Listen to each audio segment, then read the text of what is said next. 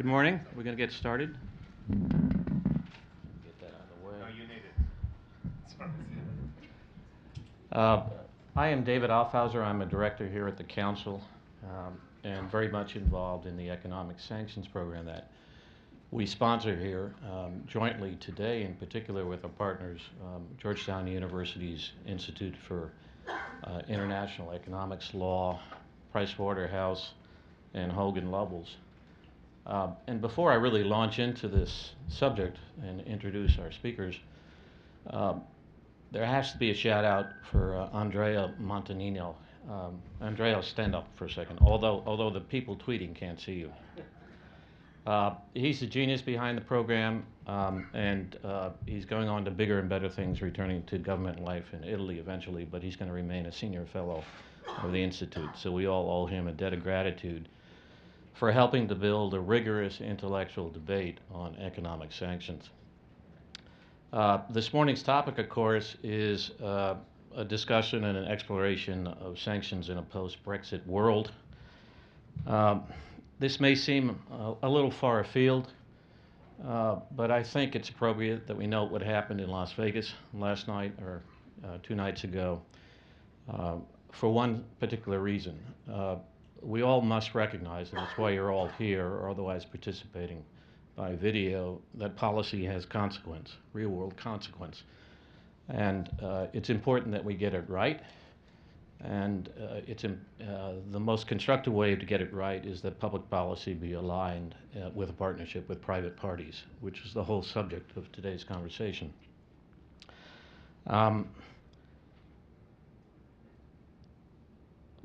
Political sanctions, of course, are once derided as political theater. Indeed, eminent people like Richard Haas wrote extensively about the weaknesses of economic sanctions back in the late 80s and the early 90s. It's a different world now, and the reasons are pretty easily identifiable. It's now the tool of choice because of globalization, because we have a digital value transfer world which doesn't honor borders. We have a balkanized world with non-sovereign threat. And perhaps most importantly right now in today's regime of foreign policy and national security, there's a great fatigue or reluctance to commit harder power, that is boots on the ground.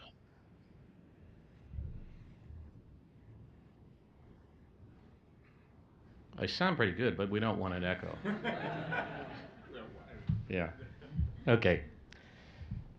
In the post-9/11 world, which was really my world when I was over at Treasury and the NSC, the job of tailoring and enforcing sanctions was actually a lot easier and a lot less sophisticated, to be frank.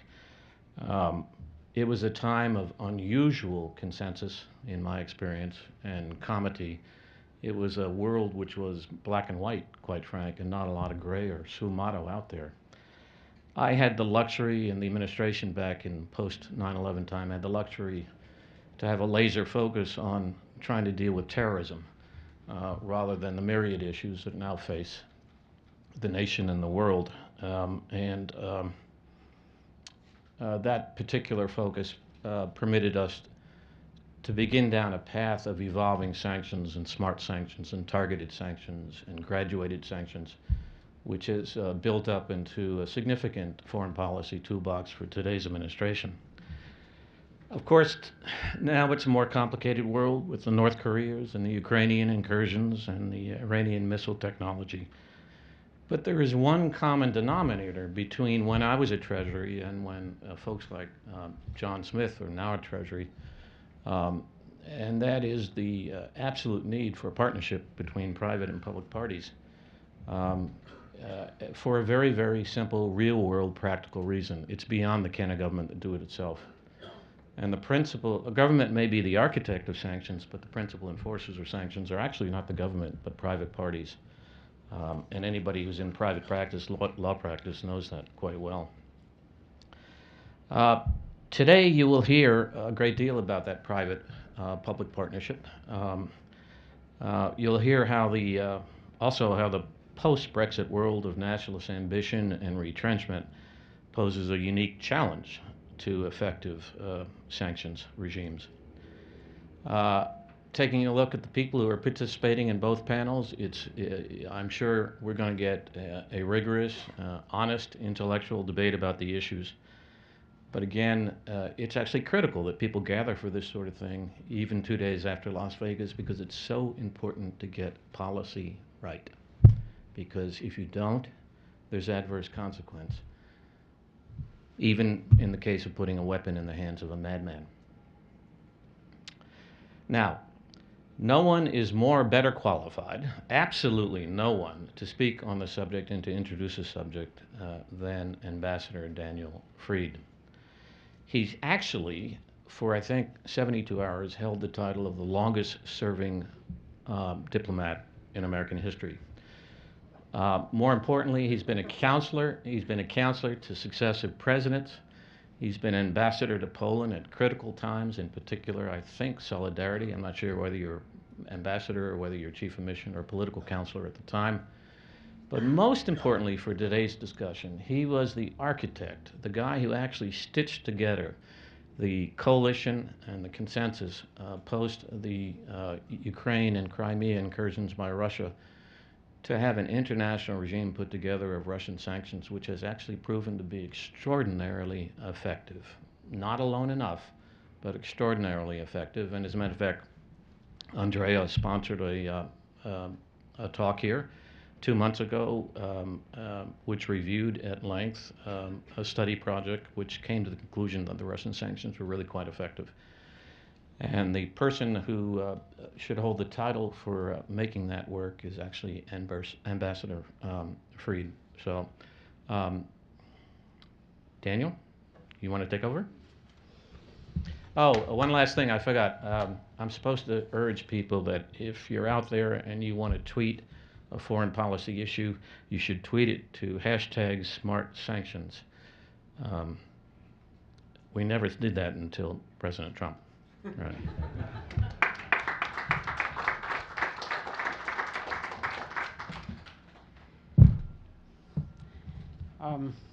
Thank you, David. It's seldom one is acknowledged for being the oldest, the oldest guy in the room, but I'll take what I can get. It's true. I think I can compete with you. Sanctions are back. Actually, they never really left. They are a foreign policy tool first used with spectacular lack of success by the Jefferson administration.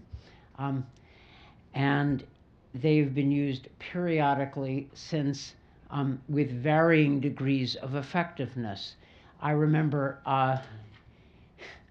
we all remember dumb sanctions, which were the sanctions against Cuba, unilateral, ineffectual. We remember the frustrating sanctions, or at least I remember the frustrating sanctions of the Balkans, where the vice president's office was trying to manage individual shipments of fruit around Serbia, the Balkan Fruit Loops initiative, a sad period.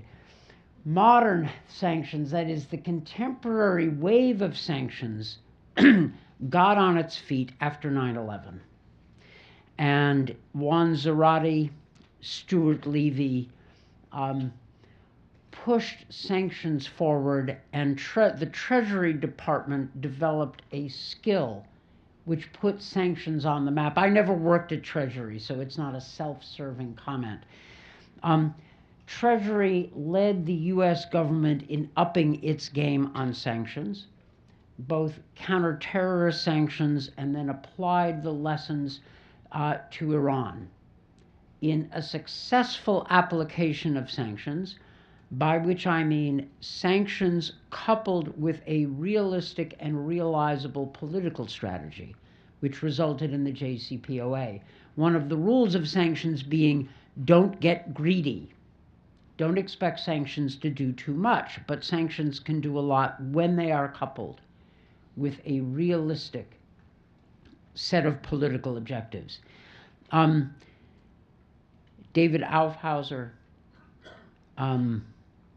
John Smith, Adam Zubin, Danny Glazer, David Cohen, were all veterans of this period of Treasury stepping forward. And Treasury was so good at it that the State Department got jealous, and they decided to name me as the State Department sanctions person, basically so there'd be somebody in the room able to deal with Treasury who knew something about sanctions. And it quickly occurred to me that rather than fighting with Treasury bureaucratically, I should just align myself with Treasury because they were usually right. I had the pleasure of working with Treasury on the Russia sanctions program. Now, Iran, as I said, was one big example of sanctions bringing us closer to a political solution, if we can stay the course.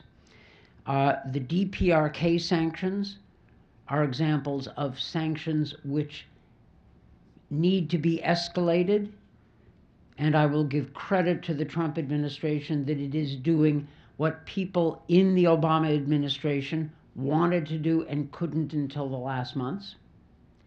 I suppose both administrations would deny the continuity between Obama and Trump on DPRK sanctions, but I might as well fess up that there is continuity, and I want to give credit to the Trump administration for extending and realizing, or beginning to realize, what the Obama people were trying to put into effect. There is headroom in the DPRK sanctions. Then there are Russia sanctions. They didn't start with the sanctions in response to Russia's invasion of Ukraine. They started with the Magnitsky Act, which are human rights sanctions. And then there are the much larger and deeper Ukraine-related sanctions. And 3, there are the new cyber sanctions, put into place late and not adequately by the Obama administration, but at least we put something on the board walking out the door. Those sanctions may deepen as the extent of Russian interference in the American elections last year is revealed. One big lesson of the Iran sanctions and the Russia sanctions, which the Americans finally learned, late as we often learn things, but deeply, is that U.S. unilateral sanctions don't work, and U.S. multilateral sanctions, especially if we are working with the European Union, can work. The Russia sanctions were the first sanctions in which we deliberately designed our sanctions in consultation with the G7 and especially the European Union. Usually we push sanctions, we got ahead of the curve, and then we push the Europeans to catch up. This time, we designed our sanctions with the Europeans, and it was a success. It set up a good model for doing things. We didn't know that we'd be able to do it, and yet we did. I suppose a shout out to Russian government cruelty and aggression, without which the transatlantic unity we showed would not have been possible. So the Americans finally learned to work with the EU and found that we could work with the European Union. So much for the theory that the EU can't do anything difficult. Sanctions are difficult, including difficult politically in Europe, and yet they came through. And right as we were beginning to wake up and think, my goodness, we have a precedent for future sanctions, default mode is to work with Europe, we get to Brexit, the topic of today's talk. And I think, since I'm no longer in government, I can just kind of say it. I think Brexit is miserable, and I'm sorry that this talk today is even necessary. But it is, and we have to make the best of it.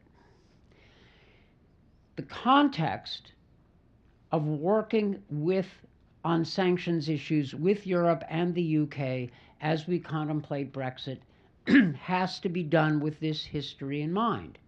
That is, the history of the U.S. finding its own national footing with respect to sanctions, upping its game, then finding out that we could work with Europe and be satisfied with the results. Well, okay, the UK role in sanctions. They did two things, the UK did two things rather well, especially on the Russia sanctions. They supported the EU and provided a lot of input into the EU mechanisms which were running sanctions. So the UK was a pillar of the EU sanctions process. And the second thing the UK did was guide the Americans, something they've been doing since about 1945, right? Guiding the Americans, giving us advice how to work with Europe, and they were good at both sides. Helping guide the Americans, helping work the EU. Now we have to deal with, or start to deal with, the realities of a post-Brexit UK role on sanctions. My own guess is that we will at least try in our American optimism to find a way to continue this collaborative process, working with the UK and in harmony with the EU, the better to make sanctions work on a multilateral basis. And I should say, of course, in the ideal world, the best multilateral mechanism for sanctions is a UN Security Council resolution. And in DPRK, that's been our route of choice. But on Iran, partially, and on Ukraine completely, we could not rely on the Security Council. So the silver standard, if the Security Council is the gold standard, silver standard is working with EU and contemplating the future. We're going to try to work with the EU and UK, and possibly through the mechanism of the G7, which doesn't have legal authority but is pretty good cover. All of this will be discussed in greater detail today, and I look forward to it. It's an unfortunate state of affairs that this is necessary, that we have to have a half-day conference devoted to the topic, but it doesn't matter what we think is good or bad, right? It doesn't matter. We have to deal with it. So deal we will. Final shout out to OFAC, since John Smith is here. As I said, I never worked in Treasury, so it's not self-serving. But as a veteran executive branch official, I can't tell you what a pleasure it is to find a piece of U.S. government that works consistently to high standards, that you can actually rely on without breaking out into a cold sweat every time you need them. And I found that you could actually work with OFAC. They would deliver on time. They had reasons for the things they did. They would back up what they said, and they would actually deliver. And I found that they had a kind of cunning in going after Russia sanctions targets, which I found matched the need. So I look forward to continuing to work with OFAC, at least to the degree they will work with me on the outside. That's up to John. Maybe I can shame you from standing here. No, but knowing John Smith, probably not, since he plays things by the book. But that also speaks to OFAC's institutional integrity, not to be dismissed. So I wish the conference success today in this sad necessity, and turn it over to the people coming next. Thank you.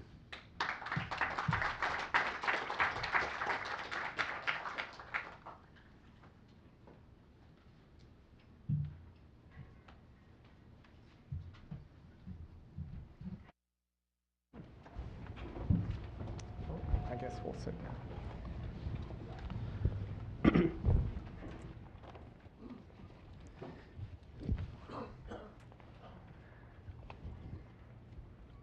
Good morning, everyone. It's a pleasure to be here with you. And I'll just start by thanking the Atlantic Council and their infinite wisdom for putting this panel right after David Alphauser and Dan Freed. What are we really going to say? Or actually, what am I really going to say? I know these guys will deliver. My name is Andrew Keller, I am a partner in the International Trade Group at Hogan Lovells as of March of this year. And immediately prior to that, I was serving as the Deputy Assistant Secretary for Sanctions at the State Department, working closely with Dan Freed and, of course, working closely with OFAC and John Smith and his team, and with David McLean and his team at OFSI in London. It's a pleasure to be here with you, and it's truly a pleasure to have these two panelists today. Before I introduce them formally, I'd like to just frame the panel briefly, and I think David Alphauser hit the nail on the head when he noted that sanctions have really become the go-to tool for foreign policy and national security. They are being used more and more, and they are being used with increasing effectiveness. Now, one thing that everybody has seen, especially in the major programs like Iran and Russia, is that there has been this increasing tendency for coordination and cooperation and collaboration between the US and the UK bilaterally, and of course with the EU and its member states as well. I think what we have seen less of, or at least is less apparent publicly, is really the philosophy and the underpinnings and the mechanics of that cross-jurisdictional approach, and especially when it comes to programs that may receive less attention than Iran and Russia. I think our two panelists today can certainly shed light on that. And I'll just say that this is an interesting question, I think, academically, but it also has critical real-world consequences. From a government perspective, obviously, as David and Dan mentioned, policies have consequences, and sanctions policies clearly do. And from a private sector perspective, it's clear that the private sector has to understand the way sanctions work in order for them to be implemented the way that governments intend. So I can, especially in my vast 6 months of private sector experience, I can tell you that there is an enormous amount of thought and sometimes hand-wringing that goes into whether companies are complying, whether they are over-complying and therefore implementing sanctions in a way that governments did not intend, or whether they are under-complying and are exposing themselves to significant risk. So with that, I'd like to introduce our two panelists. To my immediate left is David McLean, who is the, I'm going to make sure I get your title right, David, the, let's see, head of compliance and operation branches of OFSI, as well as dual-hatted as the deputy head of the office. His portfolio includes helping people and companies comply with the law on financial sanctions and working across the UK government and law enforcement to prevent attempts to violate sanctions. I'll just say, prior to joining OFSI and destroying economies through sanctions, David used to work at building them up. He was part of the UK Trade and Investment Department, working with companies to bring capital to the UK. It's a pleasure to have you here, David. And John, it's truly a pleasure to have you as well. John has held, I think, almost all of the senior leadership positions, or all of them at OFAC, as previously as associate director, then deputy director, and director, either formally or acting, since 2015. Prior to that, John was an expert on the UN, Al-Qaeda, Taliban Sanctions Committee, and prior to that, he served as a trial attorney at the Department of Justice. I have asked the two of them to basically give an overall sense of the collaboration and cooperation between the US and the UK and with the EU on sanctions, to give a sense of where things may be headed with Brexit, and to give a sense of how they engage with the private sector. I've also asked them to do this in about 6 to 9 minutes or so to make things very easy. So with that, over to you, David. Thank you very much. First of all, some caveats. I'm not a politician, I'm an official. What the UK does in relation to Brexit is a matter of government policy and ongoing negotiation. So I impartially serve the government of the day. Nothing I say here should be taken to conflict with that in any way. Secondly, what the UK does in terms of economic sanctions post-Brexit is constitutionally a matter for Parliament. Parliament has not yet had its say, so nothing I say should be taken to preempt that. Finally, until we leave the EU, the UK is fully committed to our rights and responsibilities as an EU member state. That said, I'm fortunate that sanctions is one area, along with foreign policy more generally, that the government has gone on record with its position. What I'll do is set the scene with what the UK does in economic sanctions at the moment, and go on to the future post-Brexit. I think, given the audience, some of you may know this or some of this already, in which case I will congratulate myself on being non-controversial and leave. So the main structural difference between the UK and the US is there isn't really a equivalent to the independent congressional action on sanctions that we saw recently on Russia. So the legislative programme flows from the executive rather than from Parliament in its own right. The UK currently implements 35 international sanctions regimes. I have these written down, so it's always embarrassing when I forget them. So it's 6 UN-only regimes, 9 UN and EU joint regimes, so that's UN sanctions topped up by EU sanctions, and then 18 EU-only regimes, and then 2 OFSI sanctions regimes, which are arms embargoes. In addition, we implement domestic terrorist sanctions, asset freezes using the Terrorist Asset Freezing Act and the Anti-Terrorism Crime and Security Act, which currently only applies to 2 individuals, the 2 individuals accused of murdering Alexander Litvinenko. We have a number of individuals and entities under the Terrorist Asset Freezing Act. Sanctions are a vital and effective foreign policy tool, and the UK has taken a particularly active role in driving policy and on the global and European stage in support of our shared values. The UK aims to maximise the impact of sanctions while minimising its risks to ensure the credibility of sanctions as a foreign policy and national security tool. We seek to ensure that all sanctions regimes are part of a broader strategy, that listing criteria are underpinned by evidence to the reasonable cause to suspect standard, and that all regimes are regularly reviewed and maintained, amended or lifted so that they remain accurate, relevant and fair. Fairness is really important. That list of sanctions regimes I gave, 28 of them, you may have noticed, are wholly or partly EU sanctions regimes. These are agreed unanimously across the EU in much the same way as the top level sanctions at the UN are the best choice because everyone applies them. The next level down for us is the EU because the 28 member states apply them across the board.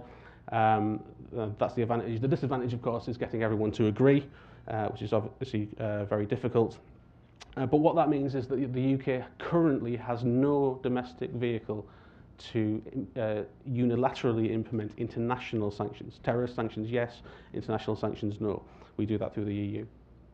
Under the treaties which create the EU, there's something called the duty of sincere cooperation, which applies to foreign policy. And what that means is that it would be extremely unusual for us to go outside of that mutual cooperation to do our own thing. Implementation and enforcement are national responsibilities for EU member states. Those responsibilities are split between the Treasury, the Office of Financial Sanctions, where I work, and the Department for International Trade for financial sanctions and arms embargoes and trade sanctions. It kind of mirrors the split between OFAC and BIS here in the US. The UK legislation which enables the EU regimes is the European Communities Act 1972, which is the bit of legislation which will be repealed when the UK leaves the EU. So unless a new legal basis is created for those international sanctions regimes, they would fall away when the Act is repealed. And the UK would not be able to implement those sanctions and they would overnight stop. The UK, as I mentioned, sees sanctions as an important part of our foreign policy and national security toolkit. On the 21st of June, the Prime Minister Theresa May announced that a new sanctions bill would form part of the UK's legislative agenda to ensure that we continue to comply with our international obligations. It will return decision-making powers on non-UN sanctions to the UK, enable the UK's continued compliance with international law after we leave the UK. So we'll continue to have the ability to impose, update and lift sanctions regimes once we have left the EU. It will mean we can impose sanctions alone, so we'll have that domestic vehicle, or with partners in the EU or around the world to take targeted actions against countries, organisations and individuals which contravene international law, commit financial terrorism, or threaten international peace and security. We remain committed to European security and to working with our EU allies to counter the global threats that we face. The government published in September a future partnership paper covering foreign policy generally, which said that we want to have a close and special relationship going forward. Sanctions are an important means to that end, and the sanctions bill I mentioned will ensure we retain the powers necessary to remain a responsible and reliable international partner. So once we leave the EU, we'll have that robust sanctions regime as the UK continues to play a central role in global sanctions and to combat the threats of terrorism, conflict and the proliferation of nuclear weapons. The sanctions bill will ensure that the UK has the necessary legal powers to implement sanctions and greater flexibility in choosing when and how to introduce new measures. But we expect to continue to work very closely with the EU and other international partners, including the US obviously. Sanctions are most effective when they are delivered by the greatest number of countries. So the top level for us will always be the UN. We'd always seek to have UN sanctions and then as many countries through whatever means are possible thereafter. My Foreign Office colleagues went to the House of Lords last month to see the EU External Affairs Committee, which is, I suppose, equivalent to a congressional committee here, and said we would always prefer to do it through the United States as they're binding on all member states, and that's essentially our position. But one of the things that we will do is review, after Brexit, review the sanctions regimes on an annual basis to ensure that they remain appropriate. The UK has always felt that sanctions is something that we have to offer to Europe, something we have led on in Europe, and if you look at the sanctions regimes that are in place, many of them are there because the UK has taken the lead. We would hope to continue that. We won't be a member state anymore, but I think close cooperation going forward will be very much the position that the UK wishes to take. I think I'm probably out of time. So I had a lot of stuff to say about enforcement and engagement, but maybe we can come on to that later. I'll ask you about it. Thank you very much, David.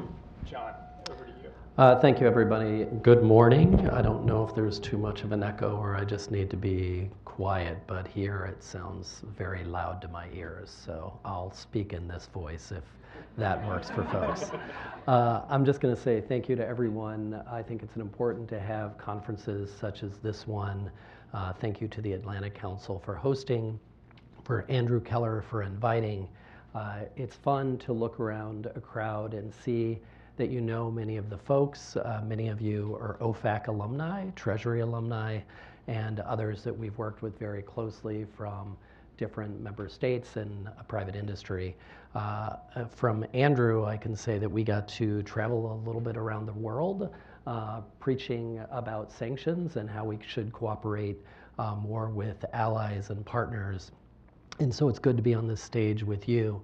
It's also fun with the introductions that we had today, because I get to tell a few stories about some of those folks who did the introducing. David Aufhauser will not remember me from my early days at the Justice Department, but I started at the Justice Department as a baby attorney in 1999 and started working with this funny little agency called OFAC that I had never heard about before, that seemed to have these wondrous powers to freeze assets, but they were not used very much back in 1999. We only had a few sanctions regimes that targeted individuals and entities, and so it was mainly that we had broad countrywide embargoes before that time. And then in 2001, after September 11th, I remember being called over to the Treasury Department as the attorney from the Justice Department working with OFAC, and had to be called into this imposing office with meetings being run by this imposing figure, David Aufhauser, who really led us through the imposition of the targeted sanctions measures that we imposed against global terrorists after September 11th. Those were some terrifying days, I remember, not only for a new attorney covering this issue from the Justice Department, but I remember also engaging with allies around the world. At that time, global terrorism seemed like such an intimidating, imposing threat. No one could imagine what occurred on September 11th, and no one knew what was going to be around the corner. Here we find ourselves 16 years later confronting some of those same terrifying threats with ISIS and other terrorist groups around the world, and we find ourselves working with some of the very partners that we did back in those early days, the UK, the European Union, and all the countries on the Security Council at that time. So David, I'll thank you for the trial by fire that I felt in the latter months of 2001. And to Dan Freed, also a partner in crime, traveling around the world, and getting the privilege and the pleasure to see him operate with countries around the world where he had literally, not to make an age comment, decades of experience working with those folks, was truly an honor and privilege to see how the man operated and could instill such trust and confidence among partners. I do think our Russia sanctions regime, while he gives a lot of credit to OFAC, is due primarily to the work that Dan did with our partners around the world. To be called cunning by Dan Freed is probably the highest compliment that I've ever been paid. So I'm going to walk out of this room today feeling that way. And then I also have to say that I think for the group of alumni and other colleagues that we've worked with for years, many of you now in the private sector or at other governments, it truly is an honor to always be working with you all in the sanctions space. It is true that our sanctions are the result of collaboration among the different agencies of the US government, but also with different governments around the world, as well as the private sector. And to the private sector in particular, I echo the comments from earlier today. Our sanctions would be relatively meaningless if we did not rely on the private sector to implement. I always use the phrase, they would just be words on paper, that we would put out regulations and rules, but we rely on the private sector to implement. And the tough implementation that I think the private sector has done is really what's made our sanctions programs tremendously effective. It is useful to be in a discussion on sanctions after Brexit. In some ways, it's the easiest conversation that you can have from my perspective, because the UK and other member states of the European Union and the European Union itself, as well as other countries in Europe and around the world, have been our primary partners. We have worked tremendously with the UK and the EU over the past decades, and we will continue to work very closely with the UK and the EU after Brexit. That's going to be an easy one for us. We're going to have the same partners that we had before and the same ability to implement sanctions. I'm excited also to be on a panel with David with what we consider a relatively new office of OFSI to see that agency in some senses be birthed and to see how it's being implemented in these last years. OFAC has a history that goes back to 1940, and it's easy for us as we look back and how we develop sanctions over the course of time. I don't envy you all as you start the process, but I think we've been impressed by the work that you all have already done, and I can say that our teams have worked very well together.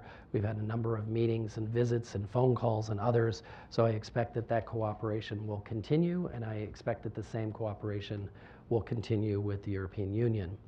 When we look at the range of sanctions regimes that we have today, the threats that are facing us, we can go down the laundry list of what is my day-to-day, and it's North Korea, and it's Iran, and it's Russia, and it's counterterrorism, maybe Venezuela and other threats thrown in as well.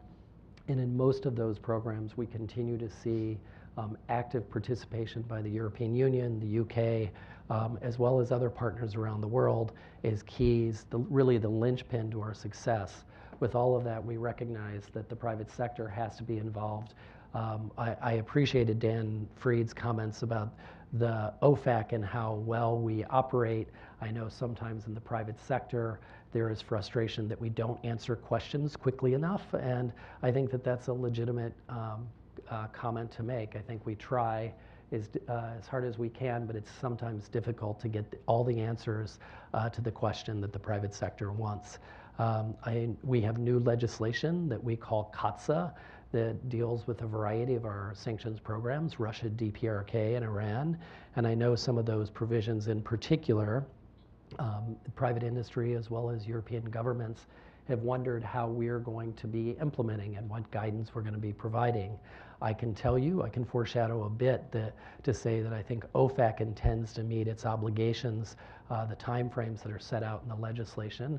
We've already rolled out some of those just last week in response to some of the early deadlines, and I expect that we will continue to do so in partnership with the rest of the U.S. interagency in consultation with our allies around the world and with plenty of feedback from the private sector.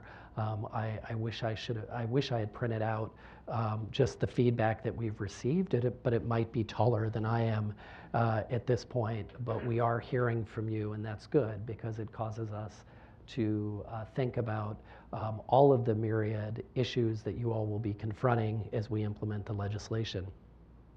When I turn to North Korea, I think about one of the true threats to global peace and security that the world is facing, and I think that there's no graver threat that we have faced in my time working on these issues. This is going to be something that is a complex issue that we are going to have to work very closely with the UK, the EU, the rest of the Security Council, and other countries around the world as we implement the sanctions and try to figure out the best ways to move forward. I say the same thing on Iran. I know a number of countries ask us what's going to happen in the future with Iran and the Iran deal, and the answer is I can't tell you. I think the president will speak his mind when the president has made his decision and is ready to articulate that, but I fully expect that we'll continue to work with the UK and the EU and the rest of our partners as closely as we have over the past years. At the same time, I think from the Treasury perspective and the US government perspective, we also hope to continue to work in this period on the scope of Iran's malign activities outside of what was in the Joint Comprehensive Plan of Action, the support for terrorism and destabilizing activities in the region and ballistic missile program and human rights abuses. OFAC has issued sanctions on a number of those areas over the course of time, and I expect that will continue, and we hope that we'll have increased European Union and UK support for those activities because we are stronger when we act together. I know that a lot has been said already on the Russia front, and I think that we will continue to engage productively with the EU and the UK. I do think that this has been one of the hallmarks of an effective sanctions program, is really before you take action, turn to your allies, turn to your close partners and say, what should we do next? What can we do together? How can we coordinate timing? How can we coordinate messaging? How can we ensure that one country doesn't backfill against the others? These were conversations that we were having on a daily basis, and I think we were truly effective for having them. And I think as I wrap up, I'll just say that we work together on enforcement and implementation of our sanctions, again, with the private sector, with the UK, with the EU. We will continue to, as we see abuses or evasion of sanctions, we will continue to alert foreign partners, we'll continue to alert private industry, because we don't put someone on our list for no reason. We build a case, we have it pass legal review, and then we stick by it, and we want to make sure that others know the reasons and others have the same information we do, or at least as much information as we can share so that they can take the same actions. And I think with that said, I'm just going to thank you all again for joining us here today and for a lively conversation that I think will follow. Thanks. Thanks very much to both of you, John. We were all on the edge of the seats for you to tell us what's going to happen with the Iran deal, so we won't go home too disappointed there. Both of you touched on enforcement, and maybe we could start there. And I understand that I get to ask you guys a few questions with my moderator's prerogative, and then I'll open it up, as I know folks are anxious in the audience to do the same. But on enforcement, it seems as though OFAC has been on a tear recently. There have been a lot of announcements regarding enforcement cases, and as I understand it, OFSI is moving into potentially a more aggressive enforcement posture.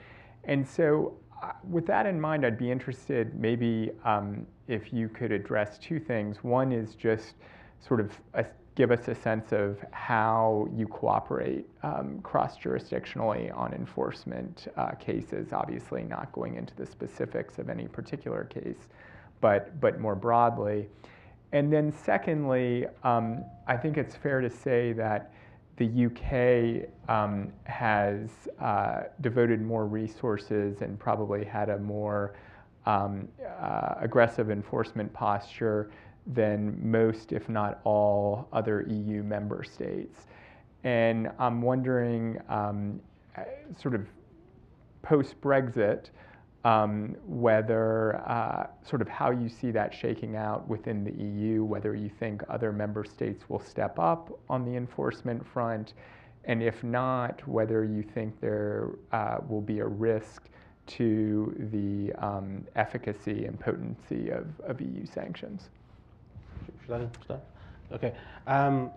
You characterized me in the introduction as destroyer of business. I'd just like to say that I regard myself as destroyer of bad business.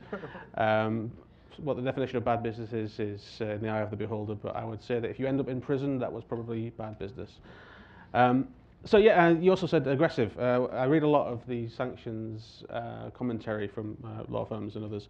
And one of the commentators in the UK characterised us as aggressive, which came as quite a surprise because we haven't actually done anything yet. What we have been doing is corralling the legislative framework necessary in order to do that kind of enforcement that has been very much influenced by what OFAC do. As John mentioned, we work very closely with OFAC colleagues, particularly on civil monetary penalties, which is why our regime is not entirely dissimilar to the OFAC regime. We brought in legislation which came into effect in April this year in the Policing and Crime Act, and what that did was make sanctions breaches, financial sanctions breaches particularly, a serious crime in the UK. And by that I don't mean a bad crime. It enables functions under the Serious Crime Act, which allows the National Crime Agency particularly to justify on an opportunity cost basis the commitment necessary to do criminal enforcement. So it raised the maximum criminal penalty from 2 years to 7 years in prison. It created the civil monetary penalties regime, which I will administer for OFSI, which can impose penalties the greater of £1 million or 50% of the value of the breach. Lots of people interpreted that when we brought it in as maximum £1 million, but of course if it's £2,001,001, that's greater than 50%. A million, it's greater than $1 million, it's 50%. So if we get a £500 million case, that's maximum 250 million. I think it also brought financial sanctions into the scope of deferred prosecution agreements, which is new for sanctions in the UK, and serious crime prevention orders, which are essentially the two arms of stopping people doing it and stopping people doing it again. So there's a new raft of powers which we have, all of which are from April or May this year and not retrospective. So we're still dealing with a long tail of cases which were under the previous regime, where essentially what we could do is write them a stern letter saying don't do it again, which is not a toothless power. It's something which concentrates minds. We have powers to compel the production of information, which essentially requires them to tell us how they're not going to break sanctions in the future, so bringing in compliance processes, improving what exists, that sort of thing. We did that about 40 times last year. But this is a new world for us. I don't think we're being aggressive particularly, but I do think that we've recognised that there was a gap, and it's a gap which the UK needed to fill. I can't comment on whether our European partners will wish to do so in the future, but I can say that there has been some interest in how we're doing things, which again, as I mentioned, is influenced strongly by what OFAC do. And I think much as on the implementation side, things work best when everyone does the same thing. I think that's true on the enforcement side as well. Thank you, Dick. It probably says something about my OFAC persona that I find Dan Fried's comment about cunning to be a compliment, and also now Andrew Keller saying that OFAC's been on a tear lately with respect to enforcement cases. So I'm just going to say thank you, Andrew, to that. Indeed. I think that in terms of how we cooperate on enforcement cases, it's probably not well understood, and I think it's a good question for us to hit here today. I think we work very closely with other governments on our enforcement cases, the UK and other EU member states and other countries when we can. The best example I can think of has been our major bank enforcement cases, where we were going to hit major banks around the world with penalties for sending transactions through the United States knowingly that violated our sanctions regimes. And so I think when we went after those banks with penalties to call out that conduct, we also worked with the regulators of those jurisdictions in many of the cases so that we could say, here's the conduct that we're concerned about. We think if the same conduct had occurred in your jurisdiction to hide things from your jurisdiction, you would be equally disturbed.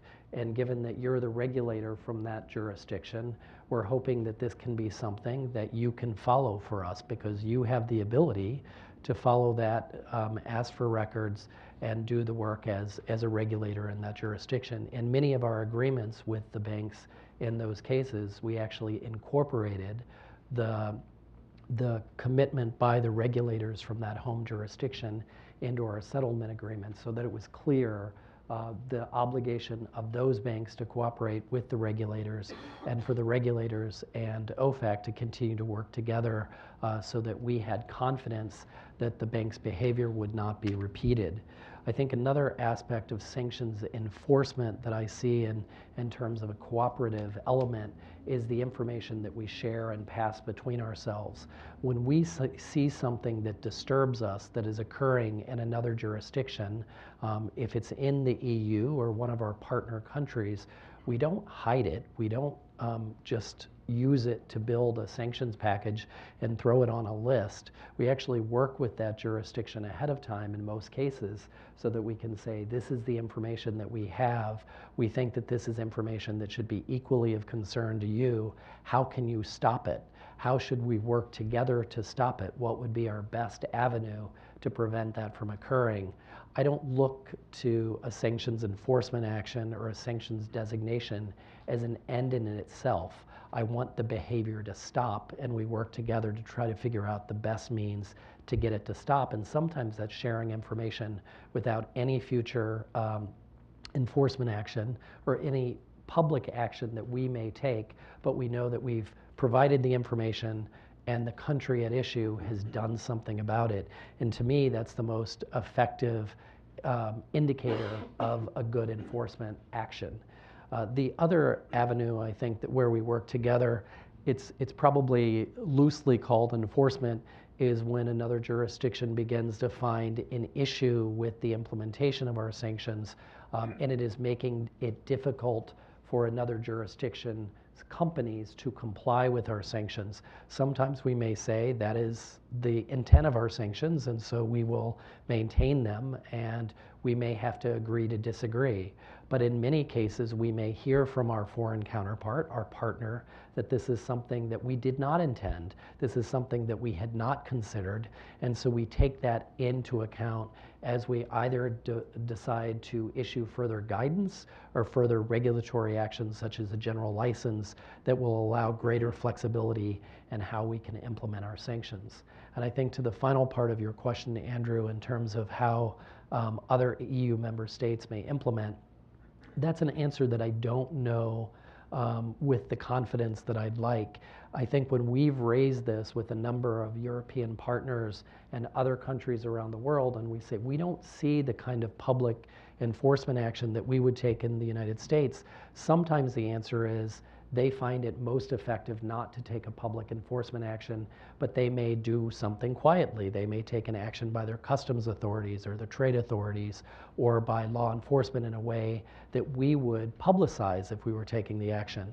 And we generally say we think it would be more helpful if you're able to publicize what you're doing, because it shows that sanctions evasion, sanctions circumvention is not tolerated in that jurisdiction.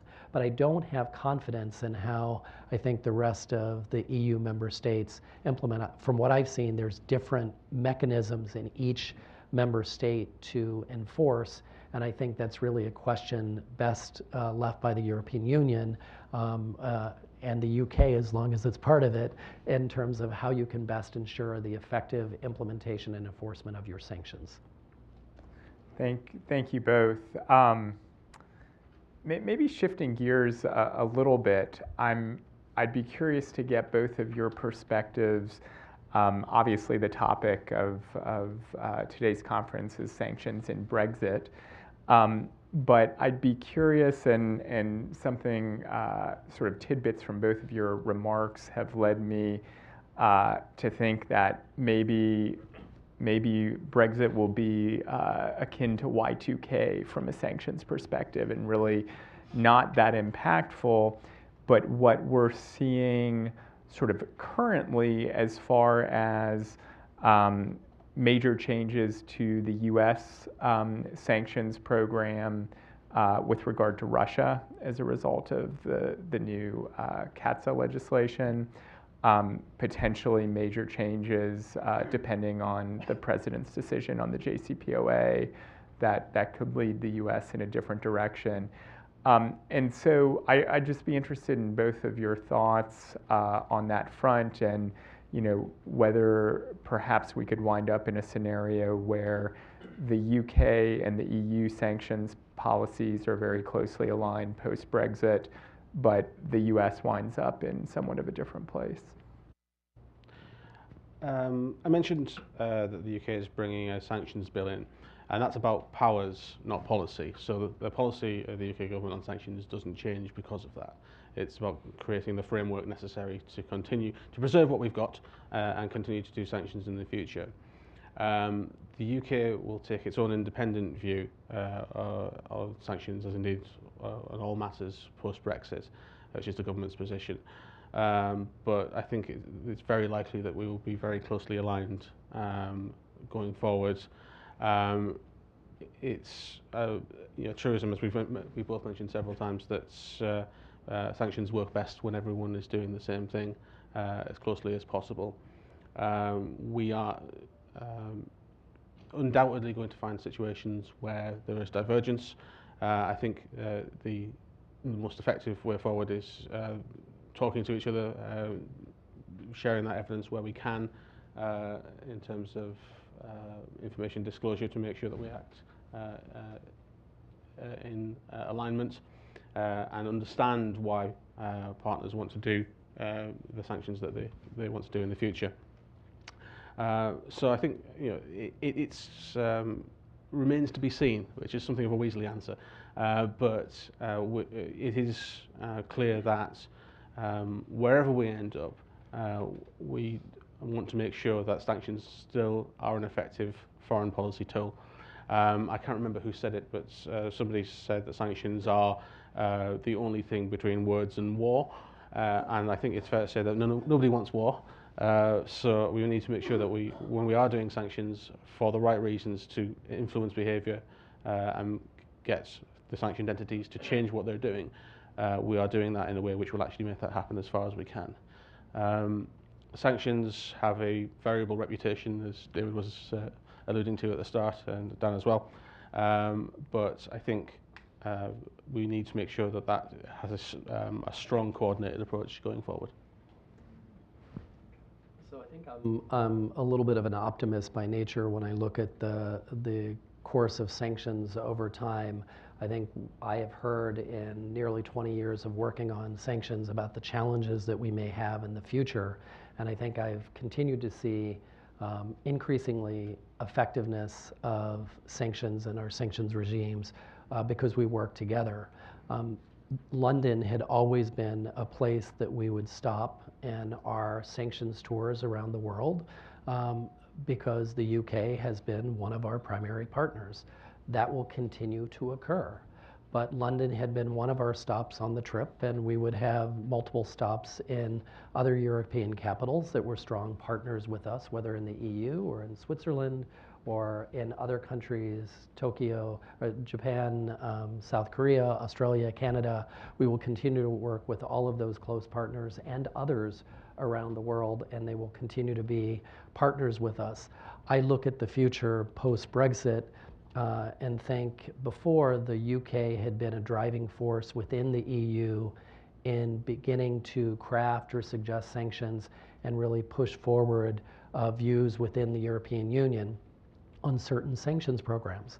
I saw in other sanctions programs there may have been other countries that may have been feeling like the leading forces within the EU on those sanctions regimes. I think the UK can continue to be effective in that role, whether inside of the European Union or outside of it, by being a driving force in proposing sanctions regimes in the future. I expect that we'll continue to work very closely with the UK on the development of these sanctions regimes, and I expect we'll all still be in the same room talking about these sanctions regimes with the EU. The UK may be a member of the EU, the UK may not be a member of the EU, but I think we'll all continue to work together in crafting these, because I think you've heard agreement from all of us who have spoken today. We're more strong, we're more effective when we act together on a multilateral basis, and I think we're going to recognize that in the future and work together to make sure it happens. Thank you, John. And maybe last question before I open it up, and somewhat of a segue perhaps into the next panel, which you guys are obviously not on, but it's a private sector panel. And since we have you two up here, I think you both realize that the private sector has basically an insatiable demand for information and clarifications and further understanding on sanctions.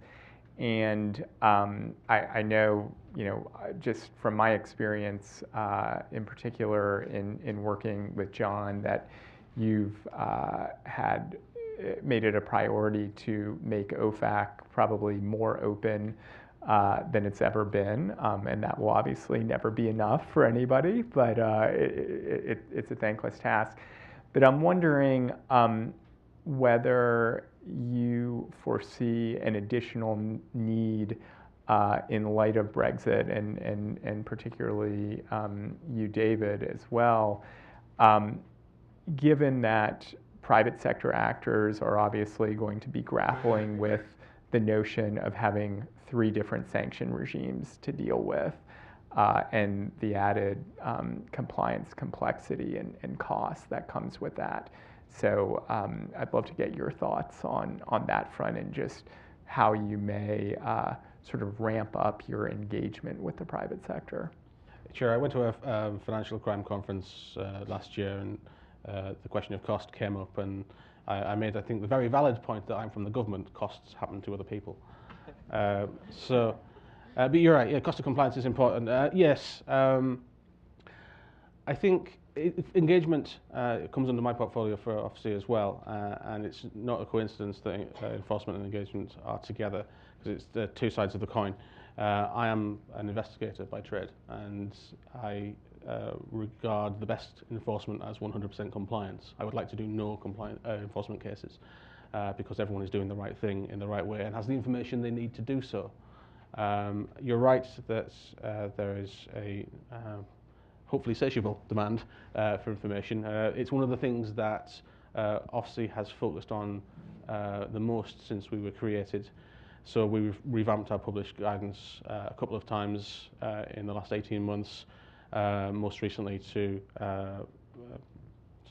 bring in some revised guidance on the offences for information, not providing information to OFSI of compliance, but generally to make it more user-friendly, to make it more comprehensive, to give FAQs in the way that OFAC does, and hopefully to give our private sector partners what they need. We don't implement sanctions, the private sector does, the regulated financial sector the most, but there's also a group of people outside that who have a more than negligible financial sanctions risk, who either aren't managing it very well or don't know that they have a risk to manage at all. One of our most surprising things when we've been doing our outreach work is when we talk to people who are in the import-export trade.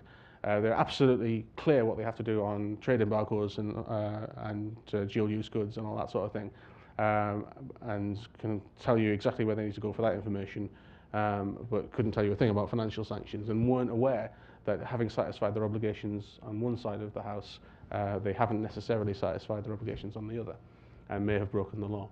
We're not here to catch people out. We want to help people comply. I believe there's a phrase that is common in America, something like, I'm from the government, I'm here to help, which is taken as a threat or something like that. But we genuinely are here to help, because we don't want to catch people out, we want to help people get it right. And so we have been doing much more outreach. And post-Brexit, as we position ourselves as a visible competent authority for financial sanctions in the world, separately from the EU, I think that becomes even more important, because while on day one, sanctions in the UK will be exactly the same as they were the day before we left the EU, we will have to see where it goes in the future, and where it does diverge, as it may do. We want to make sure that people understand what their obligations are and can comply with them. And that's our job. So we take that extremely seriously. Great. Thank you, David. John, you're here from the government and here to help. I'm here from the government. I'm here to help, and I'll start out with a somewhat cheeky response to say that OFAC's contributions to the private sector are clear based on the alumni in this audience that have gone from OFAC or from Treasury to the private sector to lend their wisdom as we have our colleagues join. I think we also recognize that sanctions today are completely different than sanctions when I started at OFAC 11 years ago, or with OFAC from the Justice Department 2 decades ago.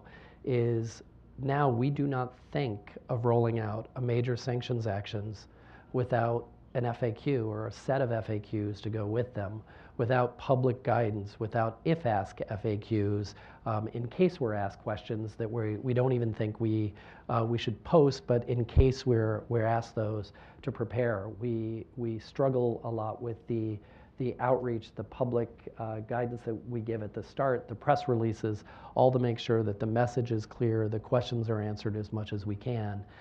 At no time in my OFAC life is there a period where there are not additional FAQs or guidance documents that are circulating within Treasury or within OFAC for clearance to try to put out more guidance to the private sector.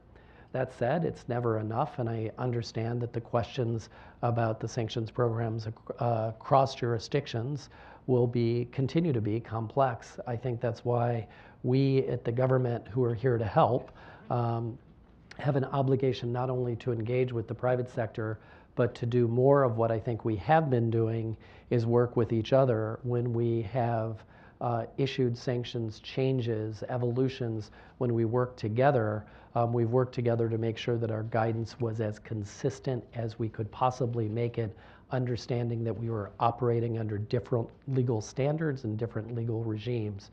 We did that, I think, as a model in the Russia program when we imposed sanctions and tried to make sure that our sanctions were as consistent as possible. And I think we did that in the lifting of sanctions under the Iran deal, the JCPOA, where we worked very carefully to make sure that nearly 100 pages of public guidance was consistent, and that we had answered as many questions as we possibly could. So there will be areas of difference, but you should know, and I think you can have a pledge from us here on the stage, that we'll continue to work together to try to make sure that our sanctions regimes can be as uniform as they can possibly be, understanding that we're working under different governments and legal authorities. Thank you both. And as promised, I'd now like to open it up to the floor with questions. I think we have somewhere in the range of 20 more minutes, so I expect you guys to put these guys through their paces. Fran Burwell from the Atlantic Counsel and also McLarty Associates. In the recent delegation from the White House, there were some sanctions that were put in to the State Department, some into the State Department and in consultation with Treasury, some the reverse, and some only with Treasury.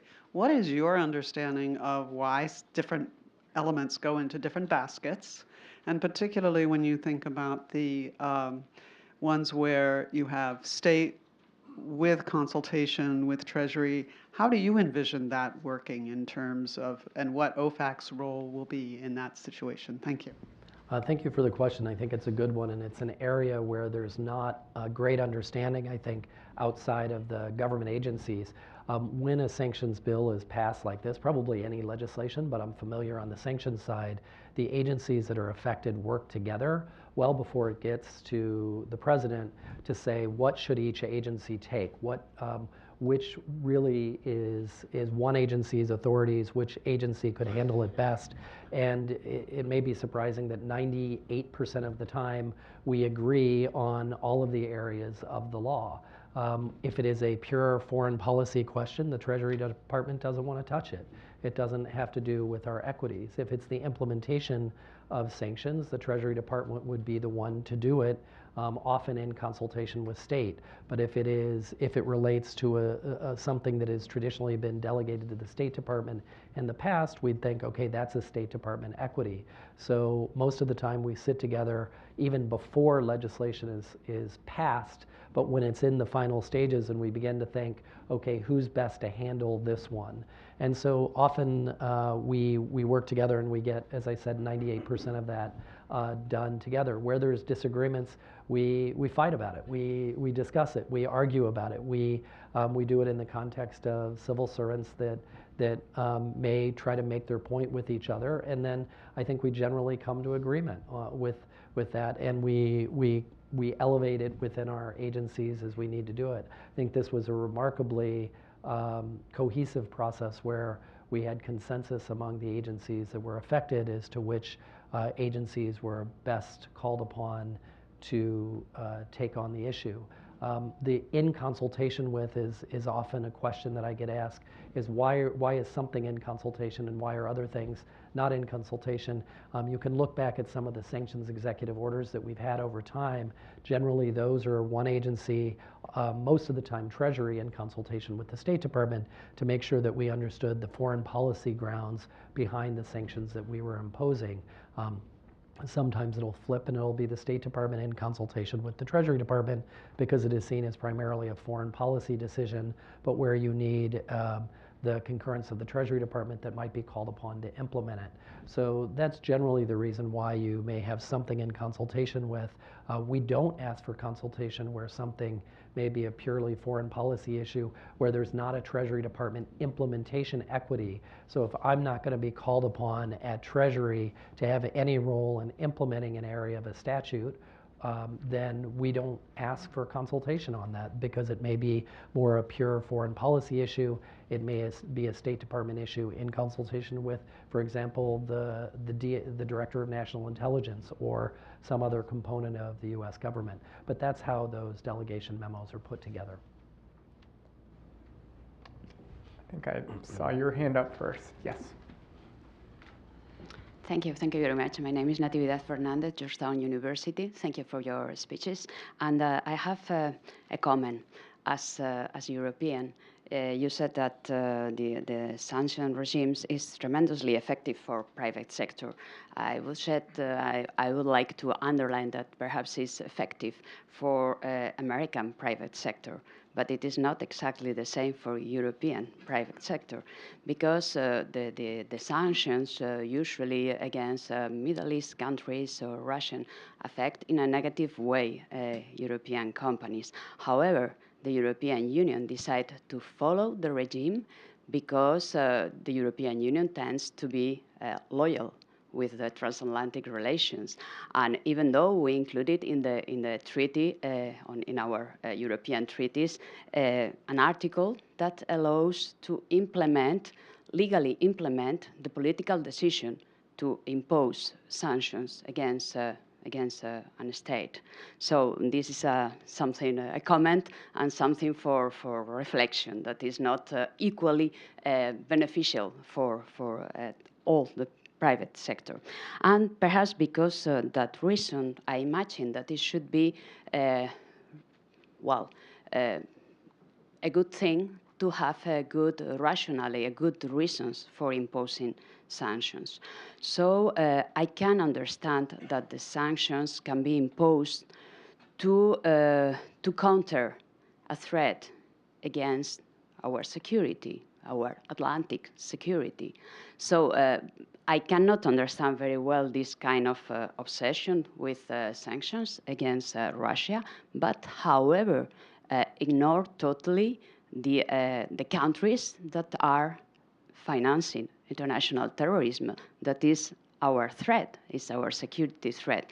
And also cannot understand why not sanctions against, for instance, China, that is invading territories from U.S. allies. There are here a lot of Japanese representatives.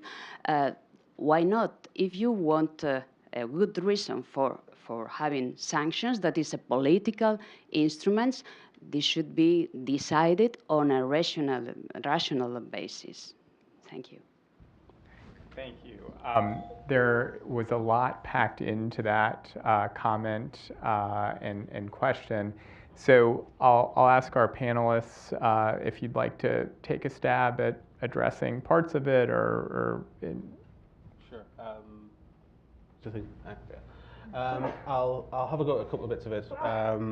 I think because if you pay attention to the media, every third word seems to be about sanctions these days. Certainly over the last year or two, every first word's been Trump, obviously. But I think because of that consistent presence, sanctions start looking like they are tools that governments reach for indiscriminately. And I don't think that's true. I think the effects of sanctions, both on the people who are sanctioned and the entities that are sanctioned, and also the collateral effects on businesses and on international relations, are really quite profound in many respects.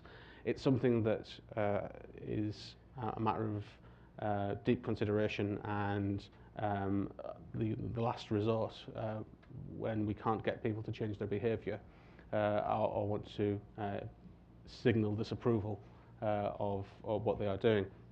The obvious two examples are Russia and Iran, and I won't get into the political aspects of that because I'm not a politician, but what I can say is that the implementation of those, both pre and post-Brexit, are very clearly aligned with the international community's desires in both regimes. So the British government's gone on the record that we don't see any change in our commitment to implementing the Minsk Agreement post-Brexit. We have implemented the JCPOA and the rollback of some Iranian sanctions. The British government's position is that it's possible to do business in Iran with extreme caution, I think.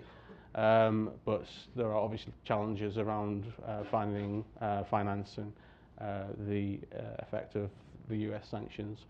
But nonetheless, I don't think, while we could all come up with reasons to do sanctions against other people, it has to be a matter of the really top-level government trying to do something very specific. Smarter sanctions we've talked about, as David and Ambassador Fried mentioned earlier on. So I think there's there's quite a lot to unpack from what you said. I think I'll probably leave it there. So I appreciate those comments, and I appreciate the question.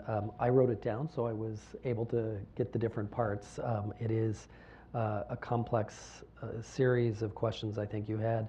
I think the first part dealt with the European private sector and in some ways suggesting the disadvantage to the private sector versus what the U.S. and in some ways. It's funny to me that I can almost tell your nationality depending on your comment about which private sector is disadvantaged most by sanctions regimes. Because U.S. companies will come up and say European companies are being advantaged because U.S. sanctions apply in generally only to U.S. companies and U.S. persons, and the legal restrictions are on American firms. And so look how European companies can benefit from all of these sanctions loopholes because we're only imposing. That's what American companies will tell me. That's the perspective I think you hear from the U.S. side. And I understand from European firms and other firms, the question comes, but you don't have the ability to come in and seek licenses and other documents from OFAC that give you the confidence and to be able to move forward on a transaction. So I hear a debate between companies all the time on which set of companies are most disadvantaged. From my perspective, I think that leads into really the second part of your question is we don't disadvantage the private sector, a company in Europe or a company in the United States for no reason. When you talk about sanctions programs should have a rational basis, you can disagree with sanctions programs that we implement. Everyone should. We should always have a debate on sanctions as well as on other aspects of our policies. But I can tell you how sanctions programs are developed in the 11 years I've been at OFAC and the nearly 20 years that I've been doing this at the US government. A sanctions program is generally developed working with the diplomats at the State Department who are the experts in the issue, the people at the Treasury Department who understand financial sanctions and economic sanctions and where you can make a difference, working with all of our colleagues around the US interagency, and generally in consultation with other governments around the world. So I think while you may disagree with the premise of a sanctions program, you don't get, I wouldn't look at them and say that they're developed without thought. You have a lot of folks who have spent some time thinking a sanctions program may be the most effective response And again, I think using the term as an alternative between words and war. And so, again, I'm not saying that every sanctions program may have the impact that we want it to have, but we try. And I think the last part of, maybe the middle part of your question was about some governments that we don't go after, including those who may be financing international terrorism. I would just say, as somebody who's been working on the terrorism portfolio for nearly 2 decades, I'd challenge that assumption, and I'd say look back at the designations that we've made of terrorists and terrorist supporters over the past 2 decades, and those that we've brought to the United Nations and our allies have brought to the United Nations for worldwide condemnation. And those come from jurisdictions across the globe, including many of the jurisdictions that I'm guessing you're talking about in terms of our wanting to point out funding of terrorism. We go after terrorism and its support no matter where that is, and we go to the governments that are involved, just like I talked about before. If we see something occurring in any partner government, no matter where that government may be, if they're a partner, if we think that they'll take action, we go to them and we say, we think you should stop this. And if they don't, then we take action.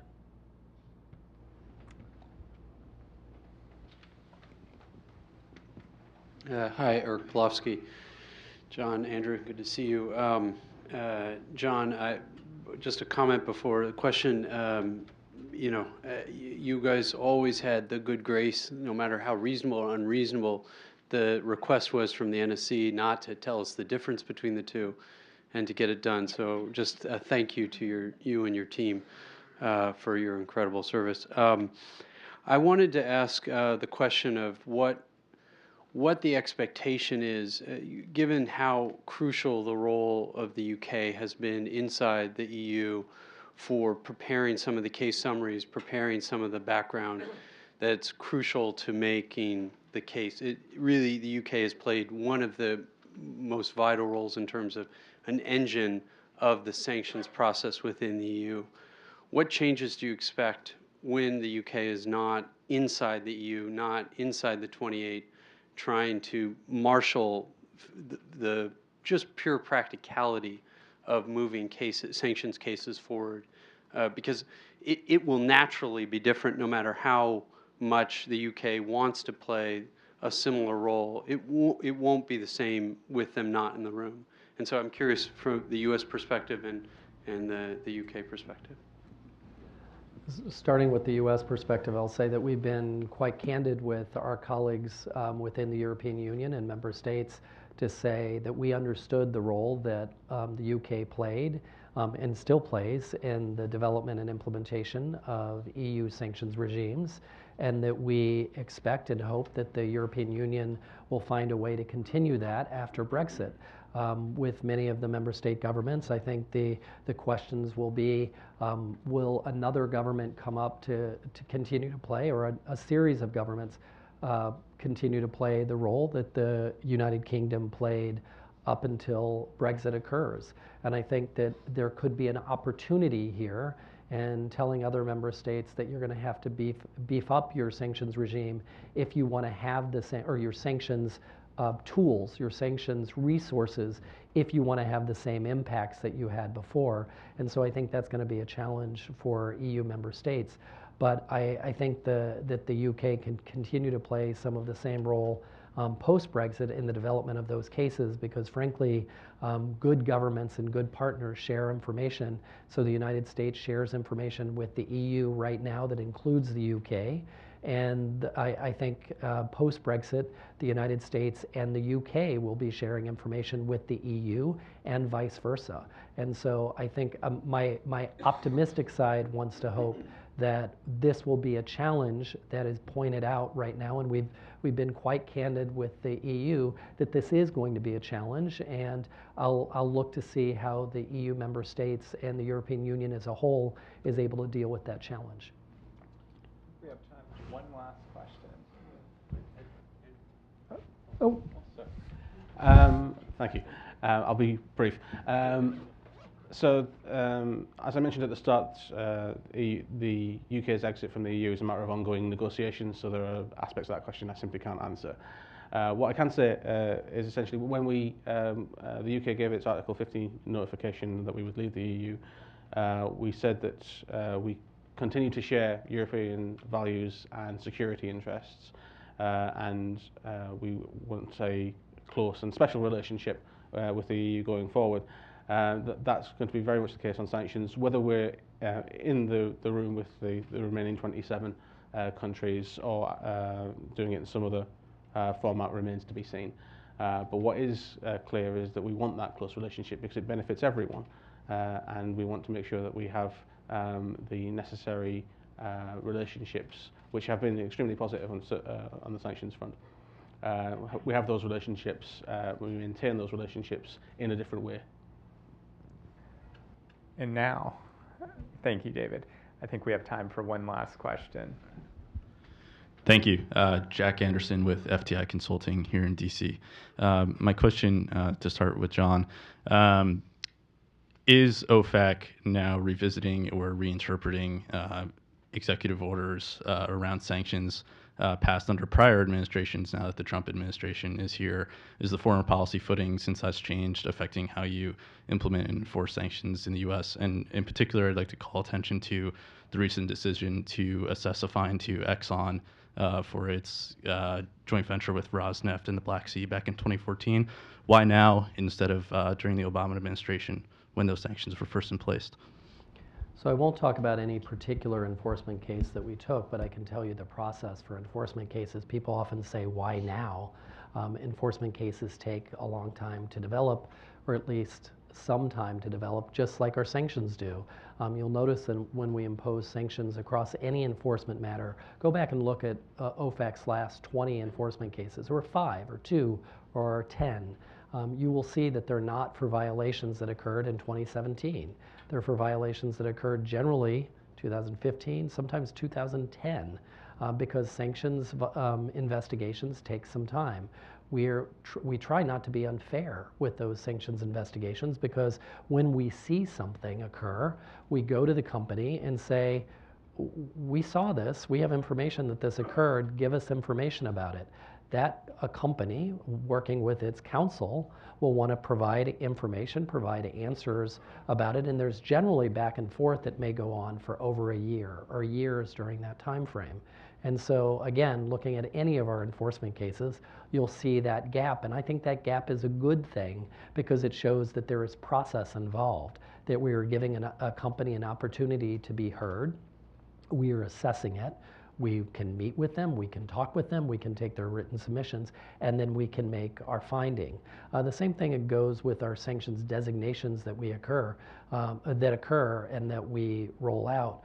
I'd like to say that we're faster than we are, but generally when you see an activity that we sanction today, look at the press release and it may say for activity that occurred in 2015, that was a year or two before. Sometimes it's a few months ago, but most of the time it takes some time to work through the process.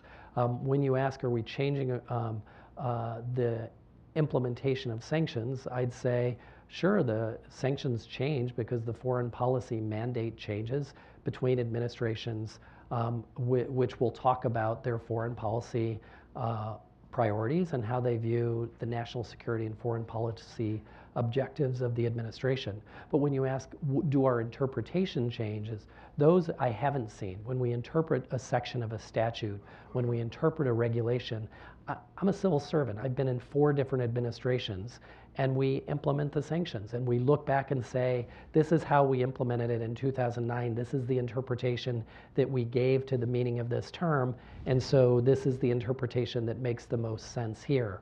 We're subject to legal challenge under our sanctions regimes. So we don't play fast and loose with the implementation of those. We try to be as consistent as we can across sanctions programs, and we try to give the best result that we can. Any sanctions enforcement action is taken by OFAC. I am the director of OFAC, and an OFAC director and everyone within OFAC is a career employee who is non-political. And so I think that should give the private sector some confidence in how we implement and enforce our sanctions.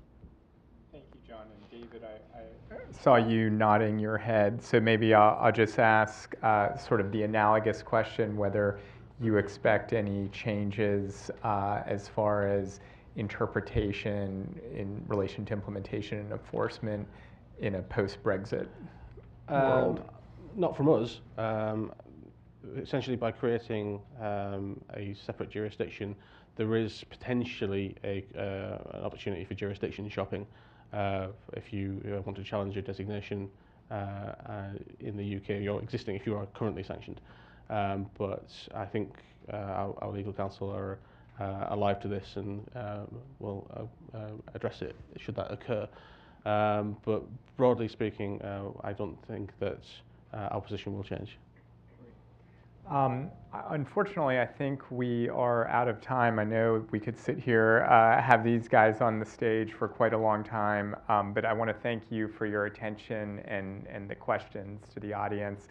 And thanks to David and John. It's been a real pleasure to share the stage with you, and we really appreciate your comments and your frank responses to the questions. Thank you.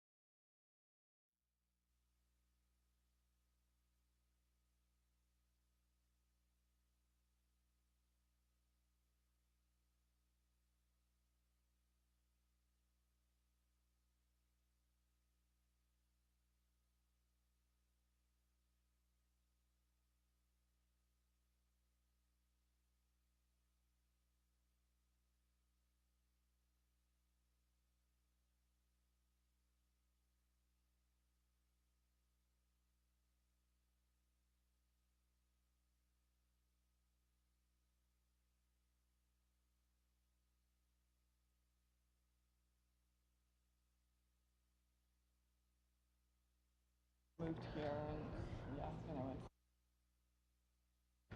Have you been here?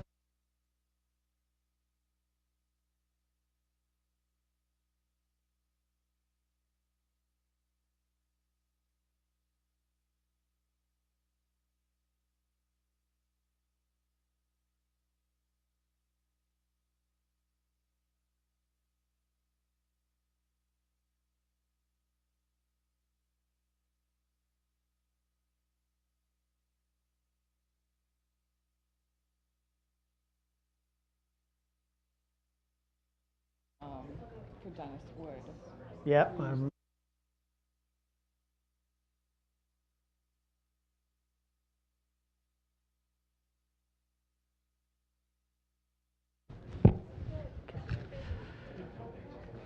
Why don't we go ahead and get started? My name is Ajay Kuntamukala. I'm an attorney with partner with Hogan Lovells in their International Trade Investment Group.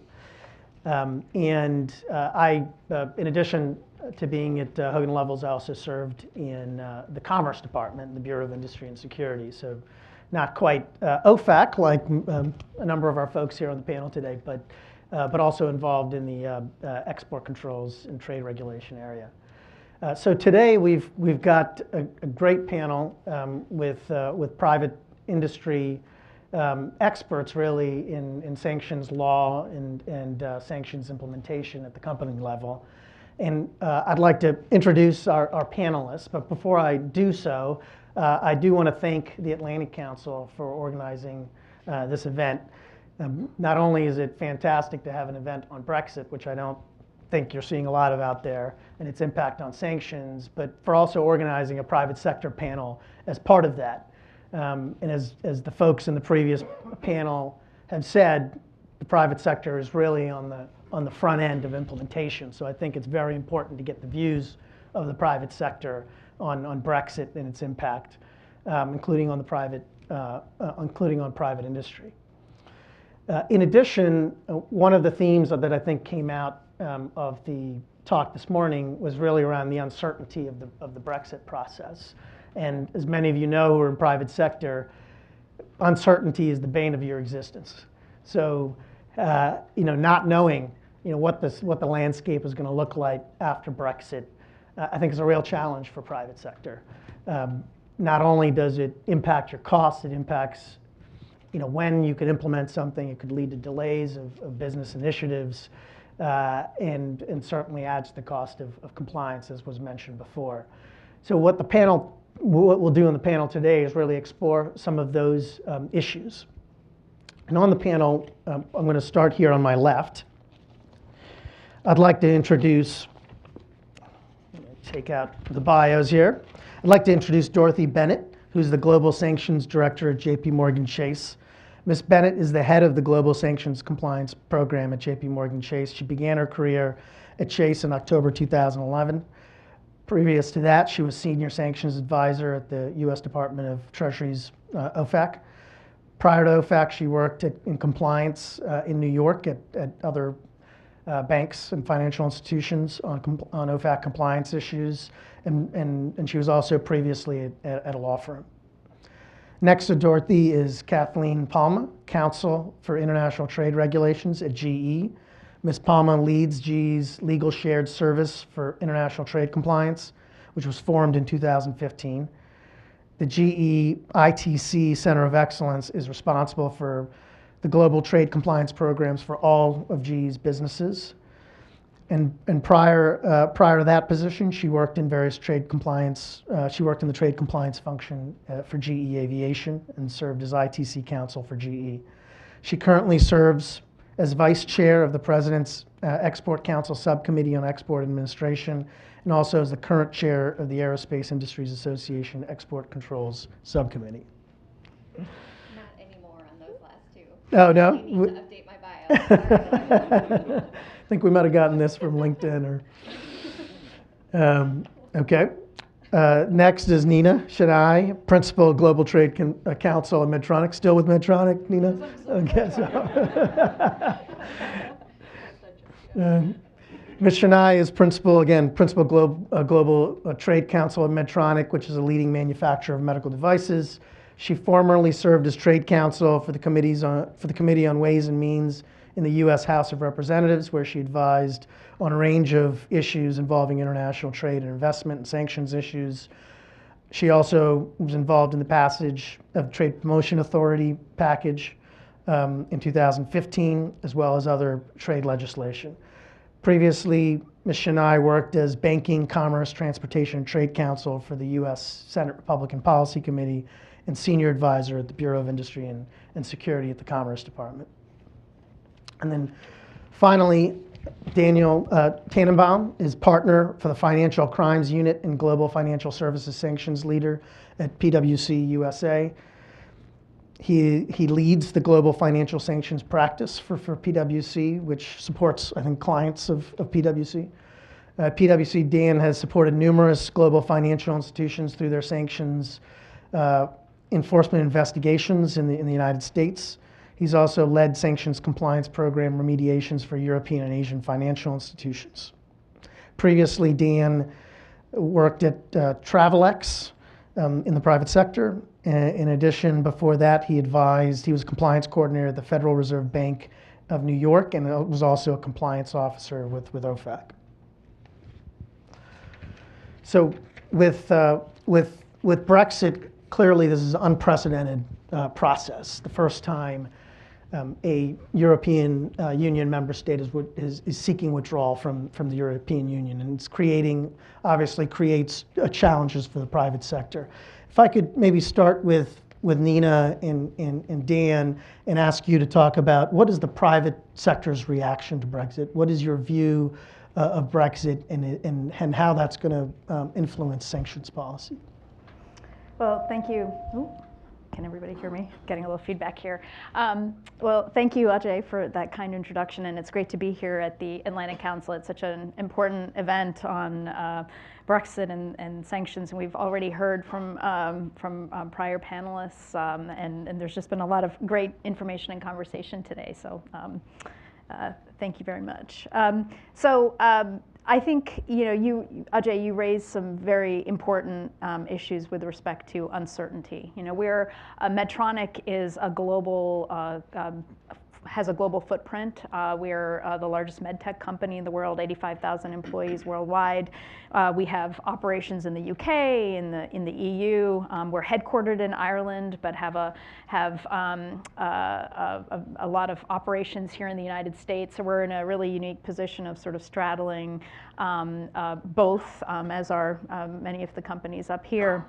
And I think, given our mission of getting therapies globally to patients around the world, I was very happy to hear in the last panel about all of the positive steps to increase coordination among export control agencies and sanctions policy between the U.S., EU, and the UK.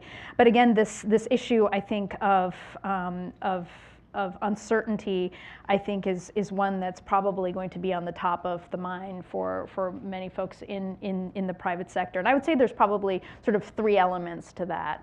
One is on the UK-EU side, and then there's the US UK EU side, and then there's internally in the UK as well. And I would say, what's been covered a lot already is that the UK has been such a strong pillar for the transatlantic relationship and been a strong advocate for close alignment between US EU foreign policy, particularly in the sanctions space.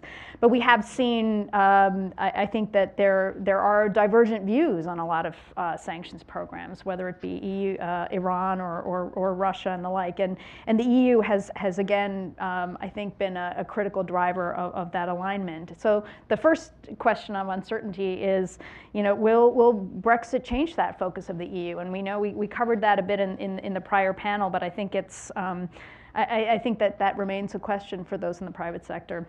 I'd say the second is sort of, what is the direction for the UK here? And I'll take off my Medtronic hat and put on my former Hill staffer hat here.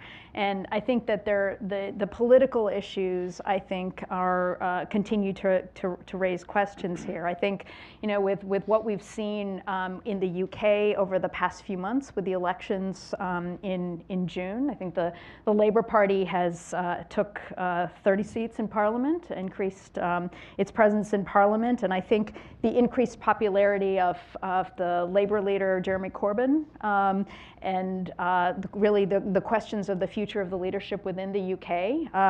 He's had very interesting views on whether it's UK foreign policy or sanctions or relationships with whether it's Russia or Venezuela, and I think that there are questions as to what direction will the UK go in if he were to be prime minister, or if the UK would take a different route than what the UK has taken to date. And I would say the third point here is sort of within the UK and the sanctions implementation and compliance that we heard about from our past panel. I think I think there's of course the HMT and OFSI who are the primary agencies in the administration of sanctions.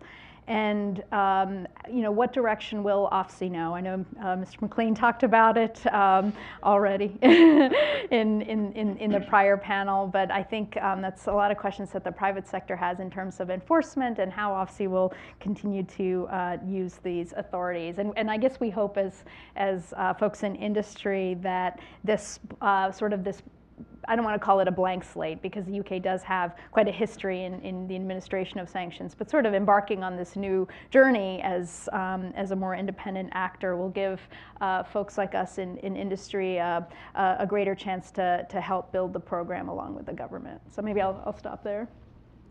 Thanks, and I'm thrilled to be here as well. I'm also proud to be one of those former OFAC alumni that John mentioned who flourished, or at least think flourished, in the private sector. But I was at OFAC when a big fine was $80 million. So it's amazing how things have changed. And we used to tell companies, if you comply or we'll fine you $80 million. And it's amazing what a difference 12 years makes. But I spend the bulk of my time advising companies through pre and post enforcement action, remediation, and settlement structures. So the bulk of my time is spent in crisis mode. When I do support companies from a proactive standpoint, I think what all of us have seen here that work in this space is I think everyone is generally suffering from regulatory whiplash in the sanctions arena. Not just with Brexit, but certainly what's happening with Venezuela, Russia, Iran, North Korea. There's an ever-shifting movement of how you have to adjust your sanctions compliance program to live in whatever environment you're attempting to operate in, to understand the impact of these programs. And Brexit is just one of many. The companies operating across Europe, the UK, and the US certainly need to look at as they look to evolve their program forward and ensure that they're able to comply with the next round of economic sanctions, be it a divergent approach between the US, EU, and UK, or more of a consistent multilateral approach that we've seen over the last few packages. As we've seen, the UK and EU sanctions have all generally overlapped with the US. Obviously, Iran is one very significant outlier on that front. But this change with Brexit does lead to additional divergence potentially in the application of the sanctions regimes, and especially for multinational companies, what they're actually looking at and incorporating in their program. And it does lead you to a few choices as you look at how you're managing your sanctions risk. And I also say this from an internal standpoint. PwC has 250,000 people in over 150 countries. So this is work that we're doing actively as well as we're looking to evolve our own internal sanctions program and ensure that we're complying with the sanctions risks out there. You can spend resources on training compliance staff, investing in more complex compliance systems to address the varying regulatory requirements, trying to walk the line of what's compliant in what country. You can look to adopt the strictest standard, and certainly as you look at the European financial institutions that have been through enforcement actions over the past few years, that's largely what we've seen, is adopting global standards across the entirety of the organization, taking that strictest standard, which in many instances is the US, or you can accept the enforcement risk that potentially comes with having multiple programs with differing requirements. That's always the balancing act. I mean, for years, there's been anti-boycott restrictions in countries like Canada and the EU, which prohibit full-on compliance with the full range of US sanctions, most notably on Cuba. So there's always a balance of what people are looking at, but I think there's choices and different paths that companies can take as they look to chart a course on what sanctions programs in the UK and EU would look like post-Brexit. Thank you, Dan. Let's shift now to Kathleen and Dorothy, and you are both with some very large companies as well, with global operations. When you look at the possibility of Brexit and what would come after that, how do you think that would affect your compliance programs, and how are you thinking about how to structure your compliance programs in light of Brexit? Well, I can certainly start. First of all, I just like to say that the UK is an enormously important market for GE in terms of our overall global supply chain. I have my little Post-it note here. In 2016, GE US imported $1.2 billion of goods from the UK, and the exports from the UK were $2.1 billion. So it's a major strategic location for us, particularly in our aviation operations. There's 2 major service shops for engine repair and overhaul in the UK, as well as our oil and gas business. So very important market to us. And we certainly are focused on Brexit, and we have been engaged on the UK side with the UK government about policy changes, and so what our recommendations would be in that space.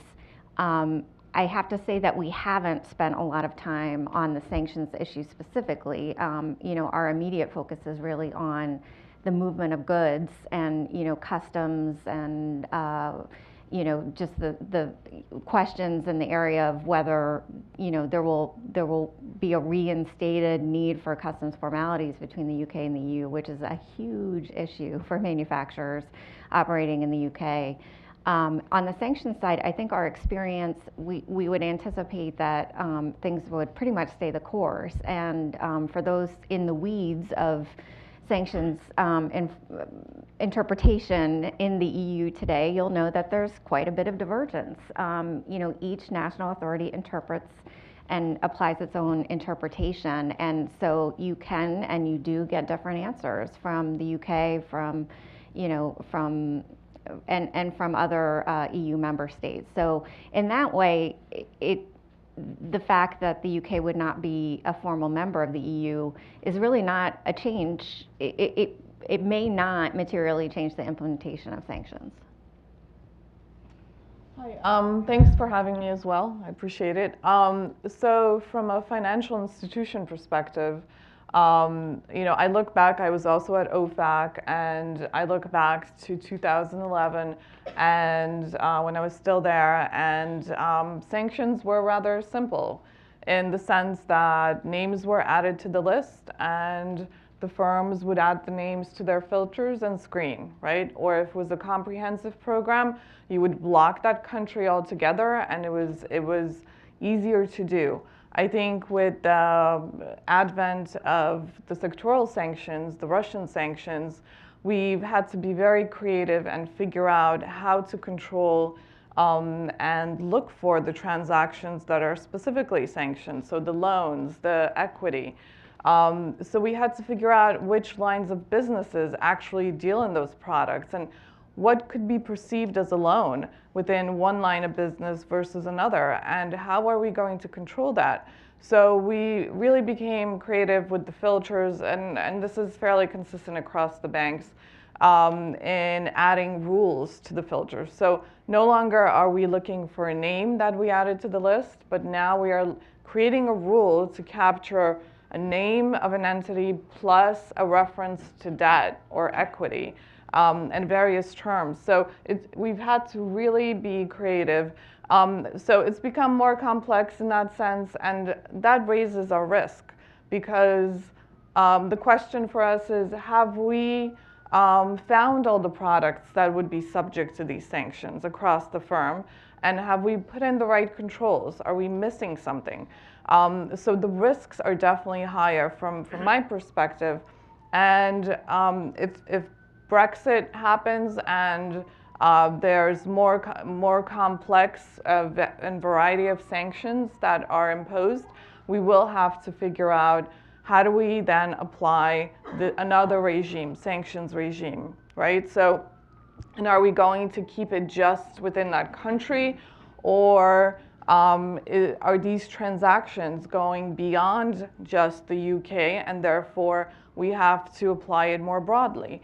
So I know that the industry has provided some feedback and commentary to the UK regulators about the things that are important from our perspective. So hopefully, and I've been hearing a lot of talk about cooperation and coordination. So hopefully that continues because it is really important from our perspective to keep our risk as low as possible. Thank you. And it really sounds like, you know, in the previous panel, I think our moderator, Andrew, had said, will this be a Y2K type of situation with Brexit's impact on sanctions, in the sense that maybe not a whole lot changes for companies. And, you know, given that, maybe what is important, even if you know, you're still going to have complexity, you're still going to be dealing with multiple jurisdictions, and so in adding yet another jurisdiction may certainly make it a bit more complex and challenging, but doesn't fundamentally change the way you approach compliance. But given that you do have a new jurisdiction, are there things that you would want to see from governments as a company as part of this process, either during Brexit, during the negotiation over Brexit, or post-Brexit, that would make it easier for you, to comply with any changes that come in the future? Start with you, Dan.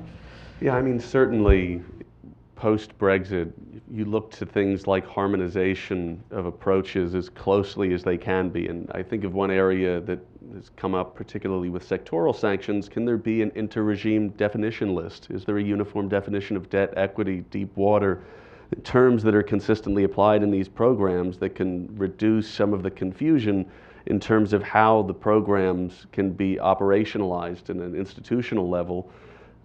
I think certainly industry and member states can push the European Commission to provide greater detail in its sanctions.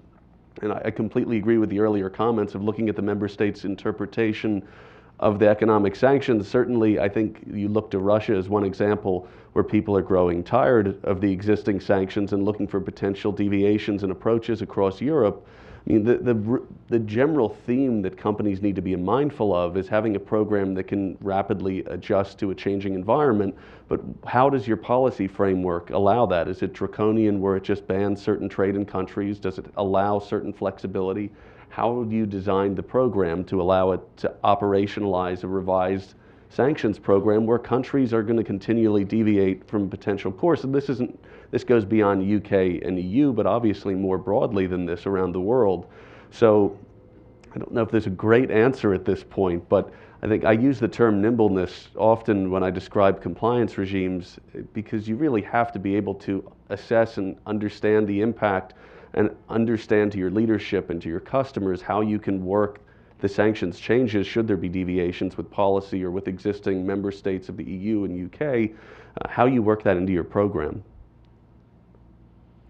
Maybe just a few words in addition. I think the greatest transparency and coordination, I think, between the agencies and the different national governments will be really key. I think one of the comments that John Smith made in the last panel was his OFAC's attempt to have the greatest amount of private sector outreach as possible in determining what programs are going to look like, designations that are going to happen, and I think that that would be really critical for companies like ours as these regimes play out, and also with respect to the coordination. I think ensuring that industry can understand the sort of coherent foreign policy rationales, I think are really helpful to understanding in what direction sanctions programs could potentially go, and ensuring that there is that alignment to the greatest degree among countries. And we know that that's obviously a challenging and a very challenging issue, but I think will be very helpful for industry. Yeah, I would echo the need for transparency, and particularly if the UK were to decide to change its implementation of any existing sanctions, there has to be notice so that the private sector can come into compliance with those new expectations. So I think those are the two key recommendations I would have. From my perspective, probably more guidance as new laws come out. And I think OFAC's been doing that in the last couple of years, where they do come out with guidance right away at the same time that they issue the new legislation or regulations. I think that's important, because without that guidance, I think you have difference in application and implementation.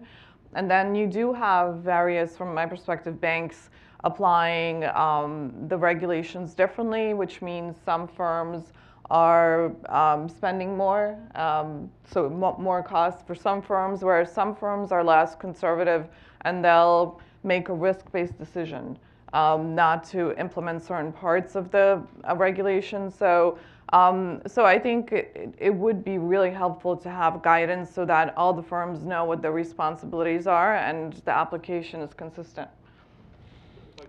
Yep. I spend most of my time in the enforcement space. Harmonization of the enforcement process. I mean, enforcement actions are costly, they're time consuming, the cost will ultimately get pushed down to the consumers. But ensuring that if there are enforcement actions that cut across multiple jurisdictions, EU, member states, UK, US, that they're aligned, that they try to be done at the same time to reduce some of the churn that institutions face when responding to them, when remediating issues, even though some of the remediations are the same, there's a cost associated with the enforcement process that can be complicated by multiple issues. We see this in the US alone, with the federal government acting and then certain states acting separately, which can complicate matters further. Yep, great points. And I would just add one more, which is the public consultation process. And certainly we see it with OFAC reaching out and getting comments from industry. We've seen it in the UK with their public consultation process on the sanctions on the bill. It would be helpful to know, beyond the member state level, when it comes to the European Union, once the UK is out of the European Union, doesn't have that influence, what is the opportunity for the private sector to play a role in EU policymaking and maybe help provide their views? So I'd be interested in if anyone on the panel has thought about that and has any comments on that. No? Anyone in the audience? Anyone familiar with the EU policymaking and whether there's an opportunity for companies to be involved in that process, especially when it comes to sanctions? Well, I think there's certainly an opportunity for companies to be involved in some of the regulatory proceedings in the EU. But again, from a sanctions perspective, certainly with the programs that have been changed most recently, there has been alignment across the US and the EU on broad principles. Now, we can argue about the implementation, which I think is not as consistent as sometimes the policymakers would like to make it out it is. But again, because of the unique nature of how the EU makes its laws and then it's implemented at the member state level, there will continue to be divergence there. And when the rubber meets the road, it's at the member state, and that's where you really need to. And that's not really changing with Brexit. So I think that dynamic will remain the same post-Brexit, and in a lot of ways it's a parallel the two regulatory environments.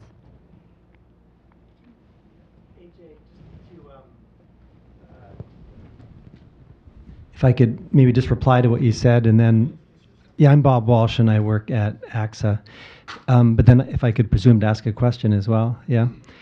The European External Action Service, does do outreach and will come to meetings, but it's been my experience for my company and the group that this sort of an industry group on this subject that I manage, that it's actually really, really hard to get them to participate. But they will, but it's not easy.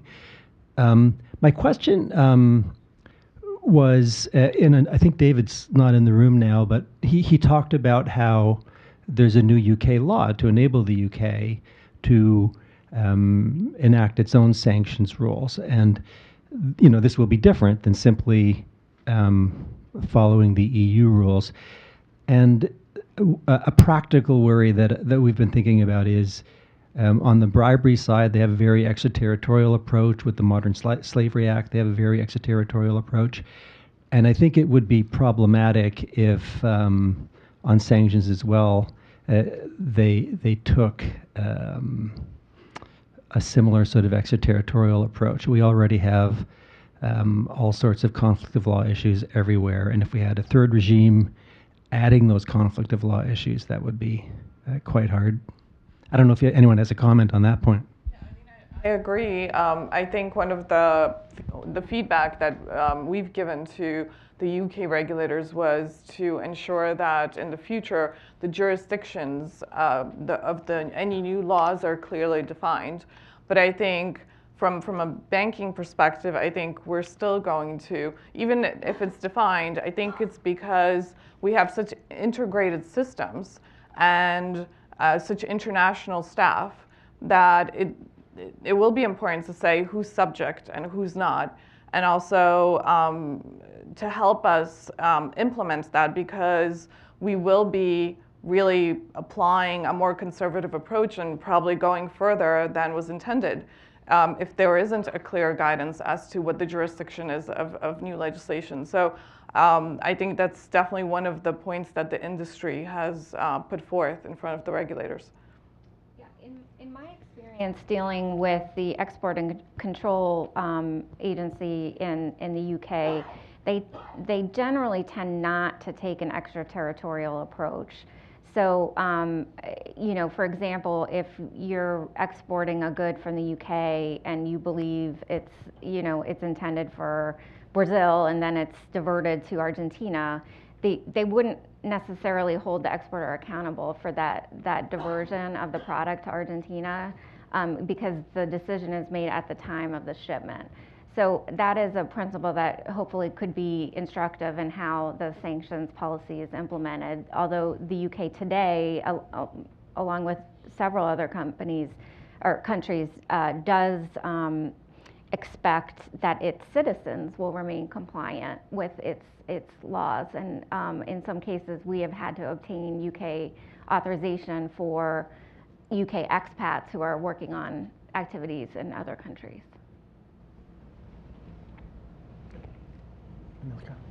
And Bob, you had mentioned on the bribery side that you see this extraterritoriality with the UK, and I think generally the approach that companies have taken there is, you've got to look at each set of laws and see whether there is a jurisdictional argument with each of the countries. And so, I mean, the analysis is complex because you're looking at multiple sets of rules. But where the challenge comes in is if they're not consistent. If they're applying their laws extraterritorially and they're not dovetailing, they're not consistent with each other. I think you also touched upon conflict of law. I think that's really key because it's really not clear as to what we're all supposed to do when there is a conflict of law, right? So I think the approach we've taken is we comply with the US restriction. Let's say we have funds in a jurisdiction that we don't know, it has a conflict with the US law. We'll hold the funds for, it could be a long time, until we go to OFAC and try to figure out what to do with it or get a license or some kind of authorization. So maybe having all these different regulators talk about, and give guidance to the various industries as what to do in those situations would be very helpful as well. Just to add on, rationally speaking, and I spend a lot of time in Germany working with institutions that have had some regulatory issues in the financial crime space, it comes down to a certain extent of picking where you can get hurt the most as you look to design your program. You're never going to find a program that can comply with your national restrictions, that can comply with the anti-boycott restrictions. So it comes down to just a rational choice of where are you going to get hurt the most. The US, that's applied $16+ billion in sanctions penalties. The EU, that's applied very, very few. The UK, that's rising in their enforcement tenor. But it's looking where you get hurt the most. I think the split does complicate things, especially with OFSI's statutory authority for enforcement.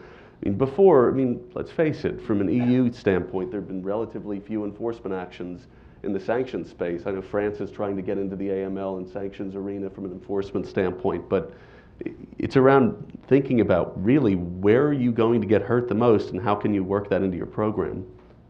Yeah, great point. Another example on the sanctions side is potential conflict with data privacy laws. And so you certainly, especially European data privacy laws, and you certainly see that, and that's a real challenge, but I think companies in some instances have said, look, we just care about one particular law over the other if there's a true conflict, and make risk-based decisions based on that.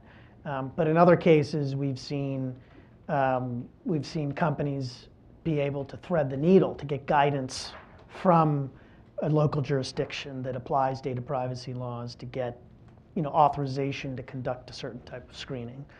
So I think even where there's a conflict, there are potentially solutions or potentially an approach. Yeah. So my organization is not U.S. headquartered. Yeah. Not me. Not me, because I'm a U.S. person, but the non-U.S. parts sometimes do things that they can do because they're a non-U.S. organization.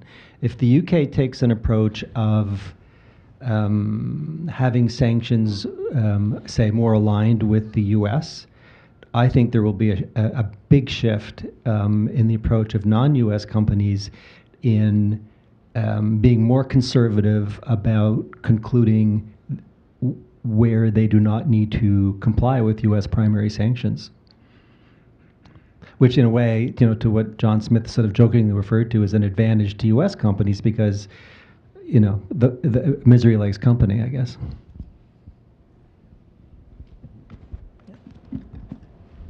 Great. Thank you for that, Bob. Why don't we open it up to additional questions? Thoughts? Yeah, Andrea? Well, in a way, you all represent big companies, but if you think a small or medium-sized business in manufacturing here in the States or in Europe that deal with Russia, for instance, they export something, do you think the current setup of sanctions regimes is something that is too complicated to handle for these companies, and therefore they simply decide to give up? I think, maybe you have clients, you have that are small business, and for you the same. You have suppliers. So, which are the questions that they pose to you on how to deal with the sanctions? Just to jump on that, the guidance has absolutely improved over the last few years at OFAC, but there was a time where it was limited. OFAC obviously is an enforcement agency, not a regulatory agency, so what comes out of them isn't necessarily as prescriptive as what people would like. But I think if you look at the shift, I mean, I was at OFAC 2005 to 2007 in a group called Compliance Outreach and Implementation. It has kind of a nice name to it. It's now called Sanctions Evaluation and Enforcement. So, I mean, the approach from a guidance and clarification regime to one that's looking heavily at enforcement, I mean, that speaks volumes. And a lot of our smaller clients in far-flung parts of the world trying to operate in the US, they can't get plain English guidance to try and understand how to operationalize the risk as they build up their compliance frameworks in the US. And some of them do abandon because they just don't want to face the risk if they feel they don't understand it enough. I do think it's improved in recent years dramatically, and certainly not that this is the best way to govern a compliance regime. If you read the enforcement actions that have come out, there's actually some fairly helpful insight in terms of what went wrong. And you can reverse engineer that as you look to design your compliance program. But in short, some of the smaller clients we work with do abandon ship essentially on US market entry because they just don't feel they have enough knowledge to really understand it. They can hire people, but they're worried about the risk and what they'll have to pay against the compliance team. Well, look, these rules are extraordinarily complicated. I think even within large companies, there's a requirement of folks like us here to be able to communicate what these rules are and explain to our business people what these rules actually mean. So I think, you know, and I think it's just by nature of what they are. They're tied with foreign policy. So every time there are events, geopolitical events, these rules kind of tend to get layered on each other. You know, laws amend prior laws, so you can't even go to one place and really look at really what the whole regime is. So when we're looking at what smaller companies have to do, they don't have the resources that even we do to be able to comply with those rules.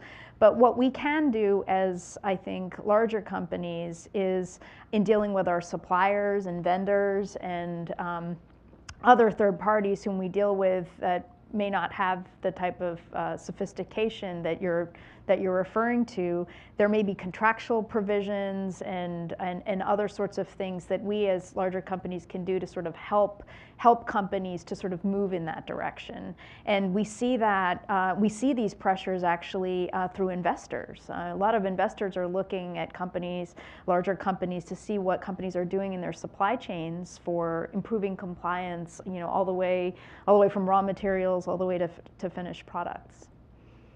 On the financial institution side, we do have a lot of clients coming and asking us to explain new sanctions. So, for example, like the Venezuela sanctions just came out, fairly complicated.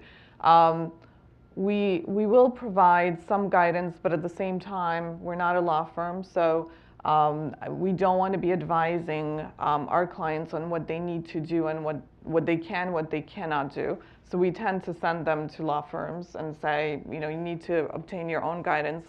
But we have also seen an impact on even non-clients because our clients are dealing with parties, especially around North Korea, because our clients may be dealing with Chinese or Singapore companies that do business with North Korea. And we have an internal process in place to add the names of firms to our filters, even when they're not sanctioned. But we have identified them, let's say, in the press or through whatever means that they do some business with North Korea. We will add them to our internal filters. And then our clients are affected, right? Because we'll stop those transactions, we'll cancel them or whatever we decide on the instructions. So both our client is affected and a non-client, quite honestly. So in a way, sanctions work, but at the same time, the client is perplexed why we're not processing their transactions. So we have a lot more to explain to our clients, a lot more interaction, trying to really explain what's going on and without giving away too much at the same time. Do you do that directly through compliance, or do you give the talking points to the RMs to actually engage with the customers? We've done both. Mostly it's through the business, but we have had sessions when it's a big program.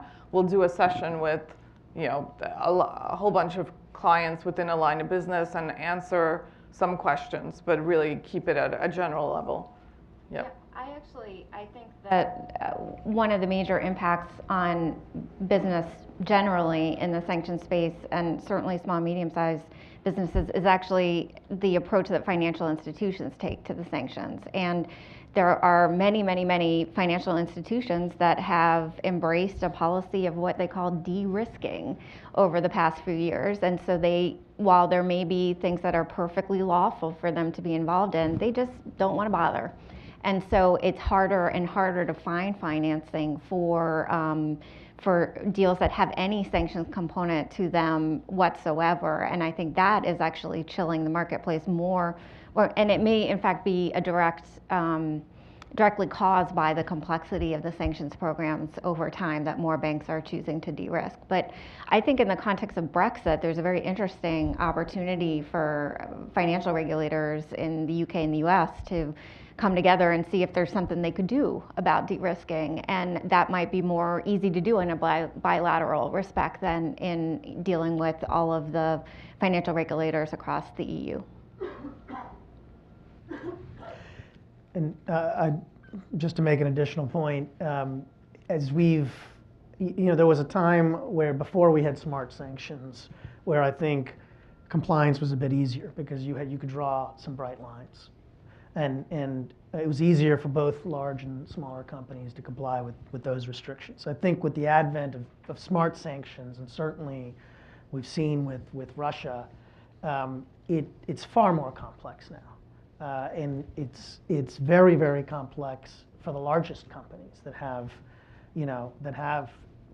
full-time resources to address sanctions issues. So I can only imagine how difficult it is for the smaller companies to do business in these areas.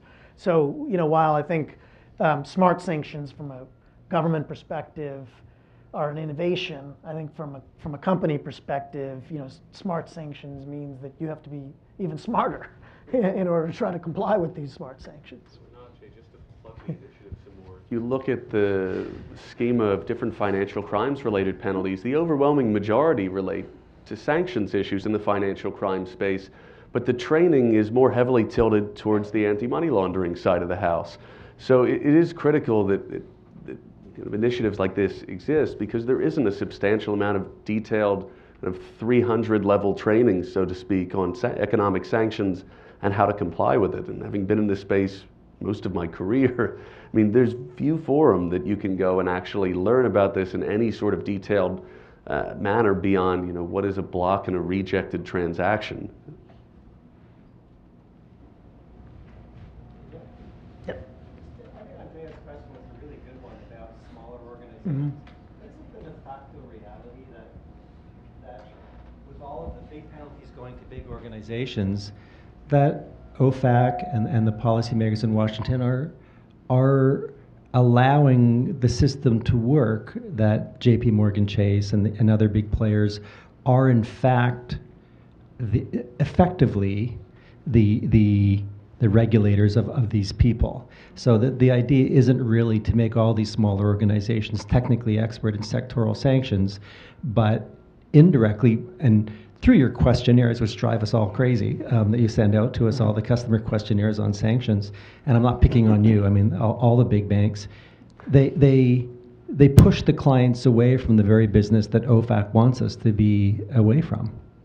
So, I mean, I kind of think the system's working how it's not going to change. I mean, does that seem right? I agree, yes. We are, in fact, the ones going out there, and once a name is issued, we go out there and identify any other name that they own or that owns them, and we try to understand all the various relationships, and we add more names to our own filter. So not only are we adding what OFAC gives us, but we're creating our own list. I mean, our own list is probably as large as OFAC's list, quite honestly. So yes, I agree with you. But then the regulators come and question, well, why aren't you doing business with this party? They've called us through the embassy. So then we have to explain, and they're okay with it. Yeah, but again, that's a good point, which is that while some of this is by design, that OFAC is perfectly happy for the financial industry to implement these sanctions.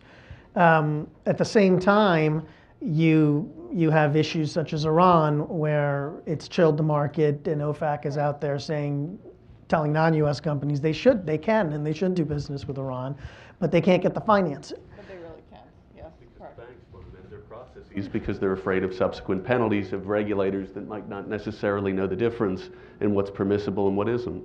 Yep. So it goes back to the training point from the government standpoint. Yeah.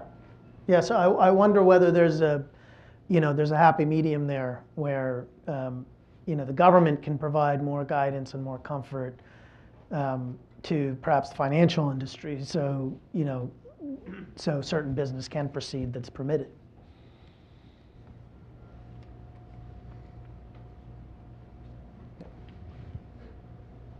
Any last questions? I think we're wrapping up. Nope. Okay. Great. Thank you.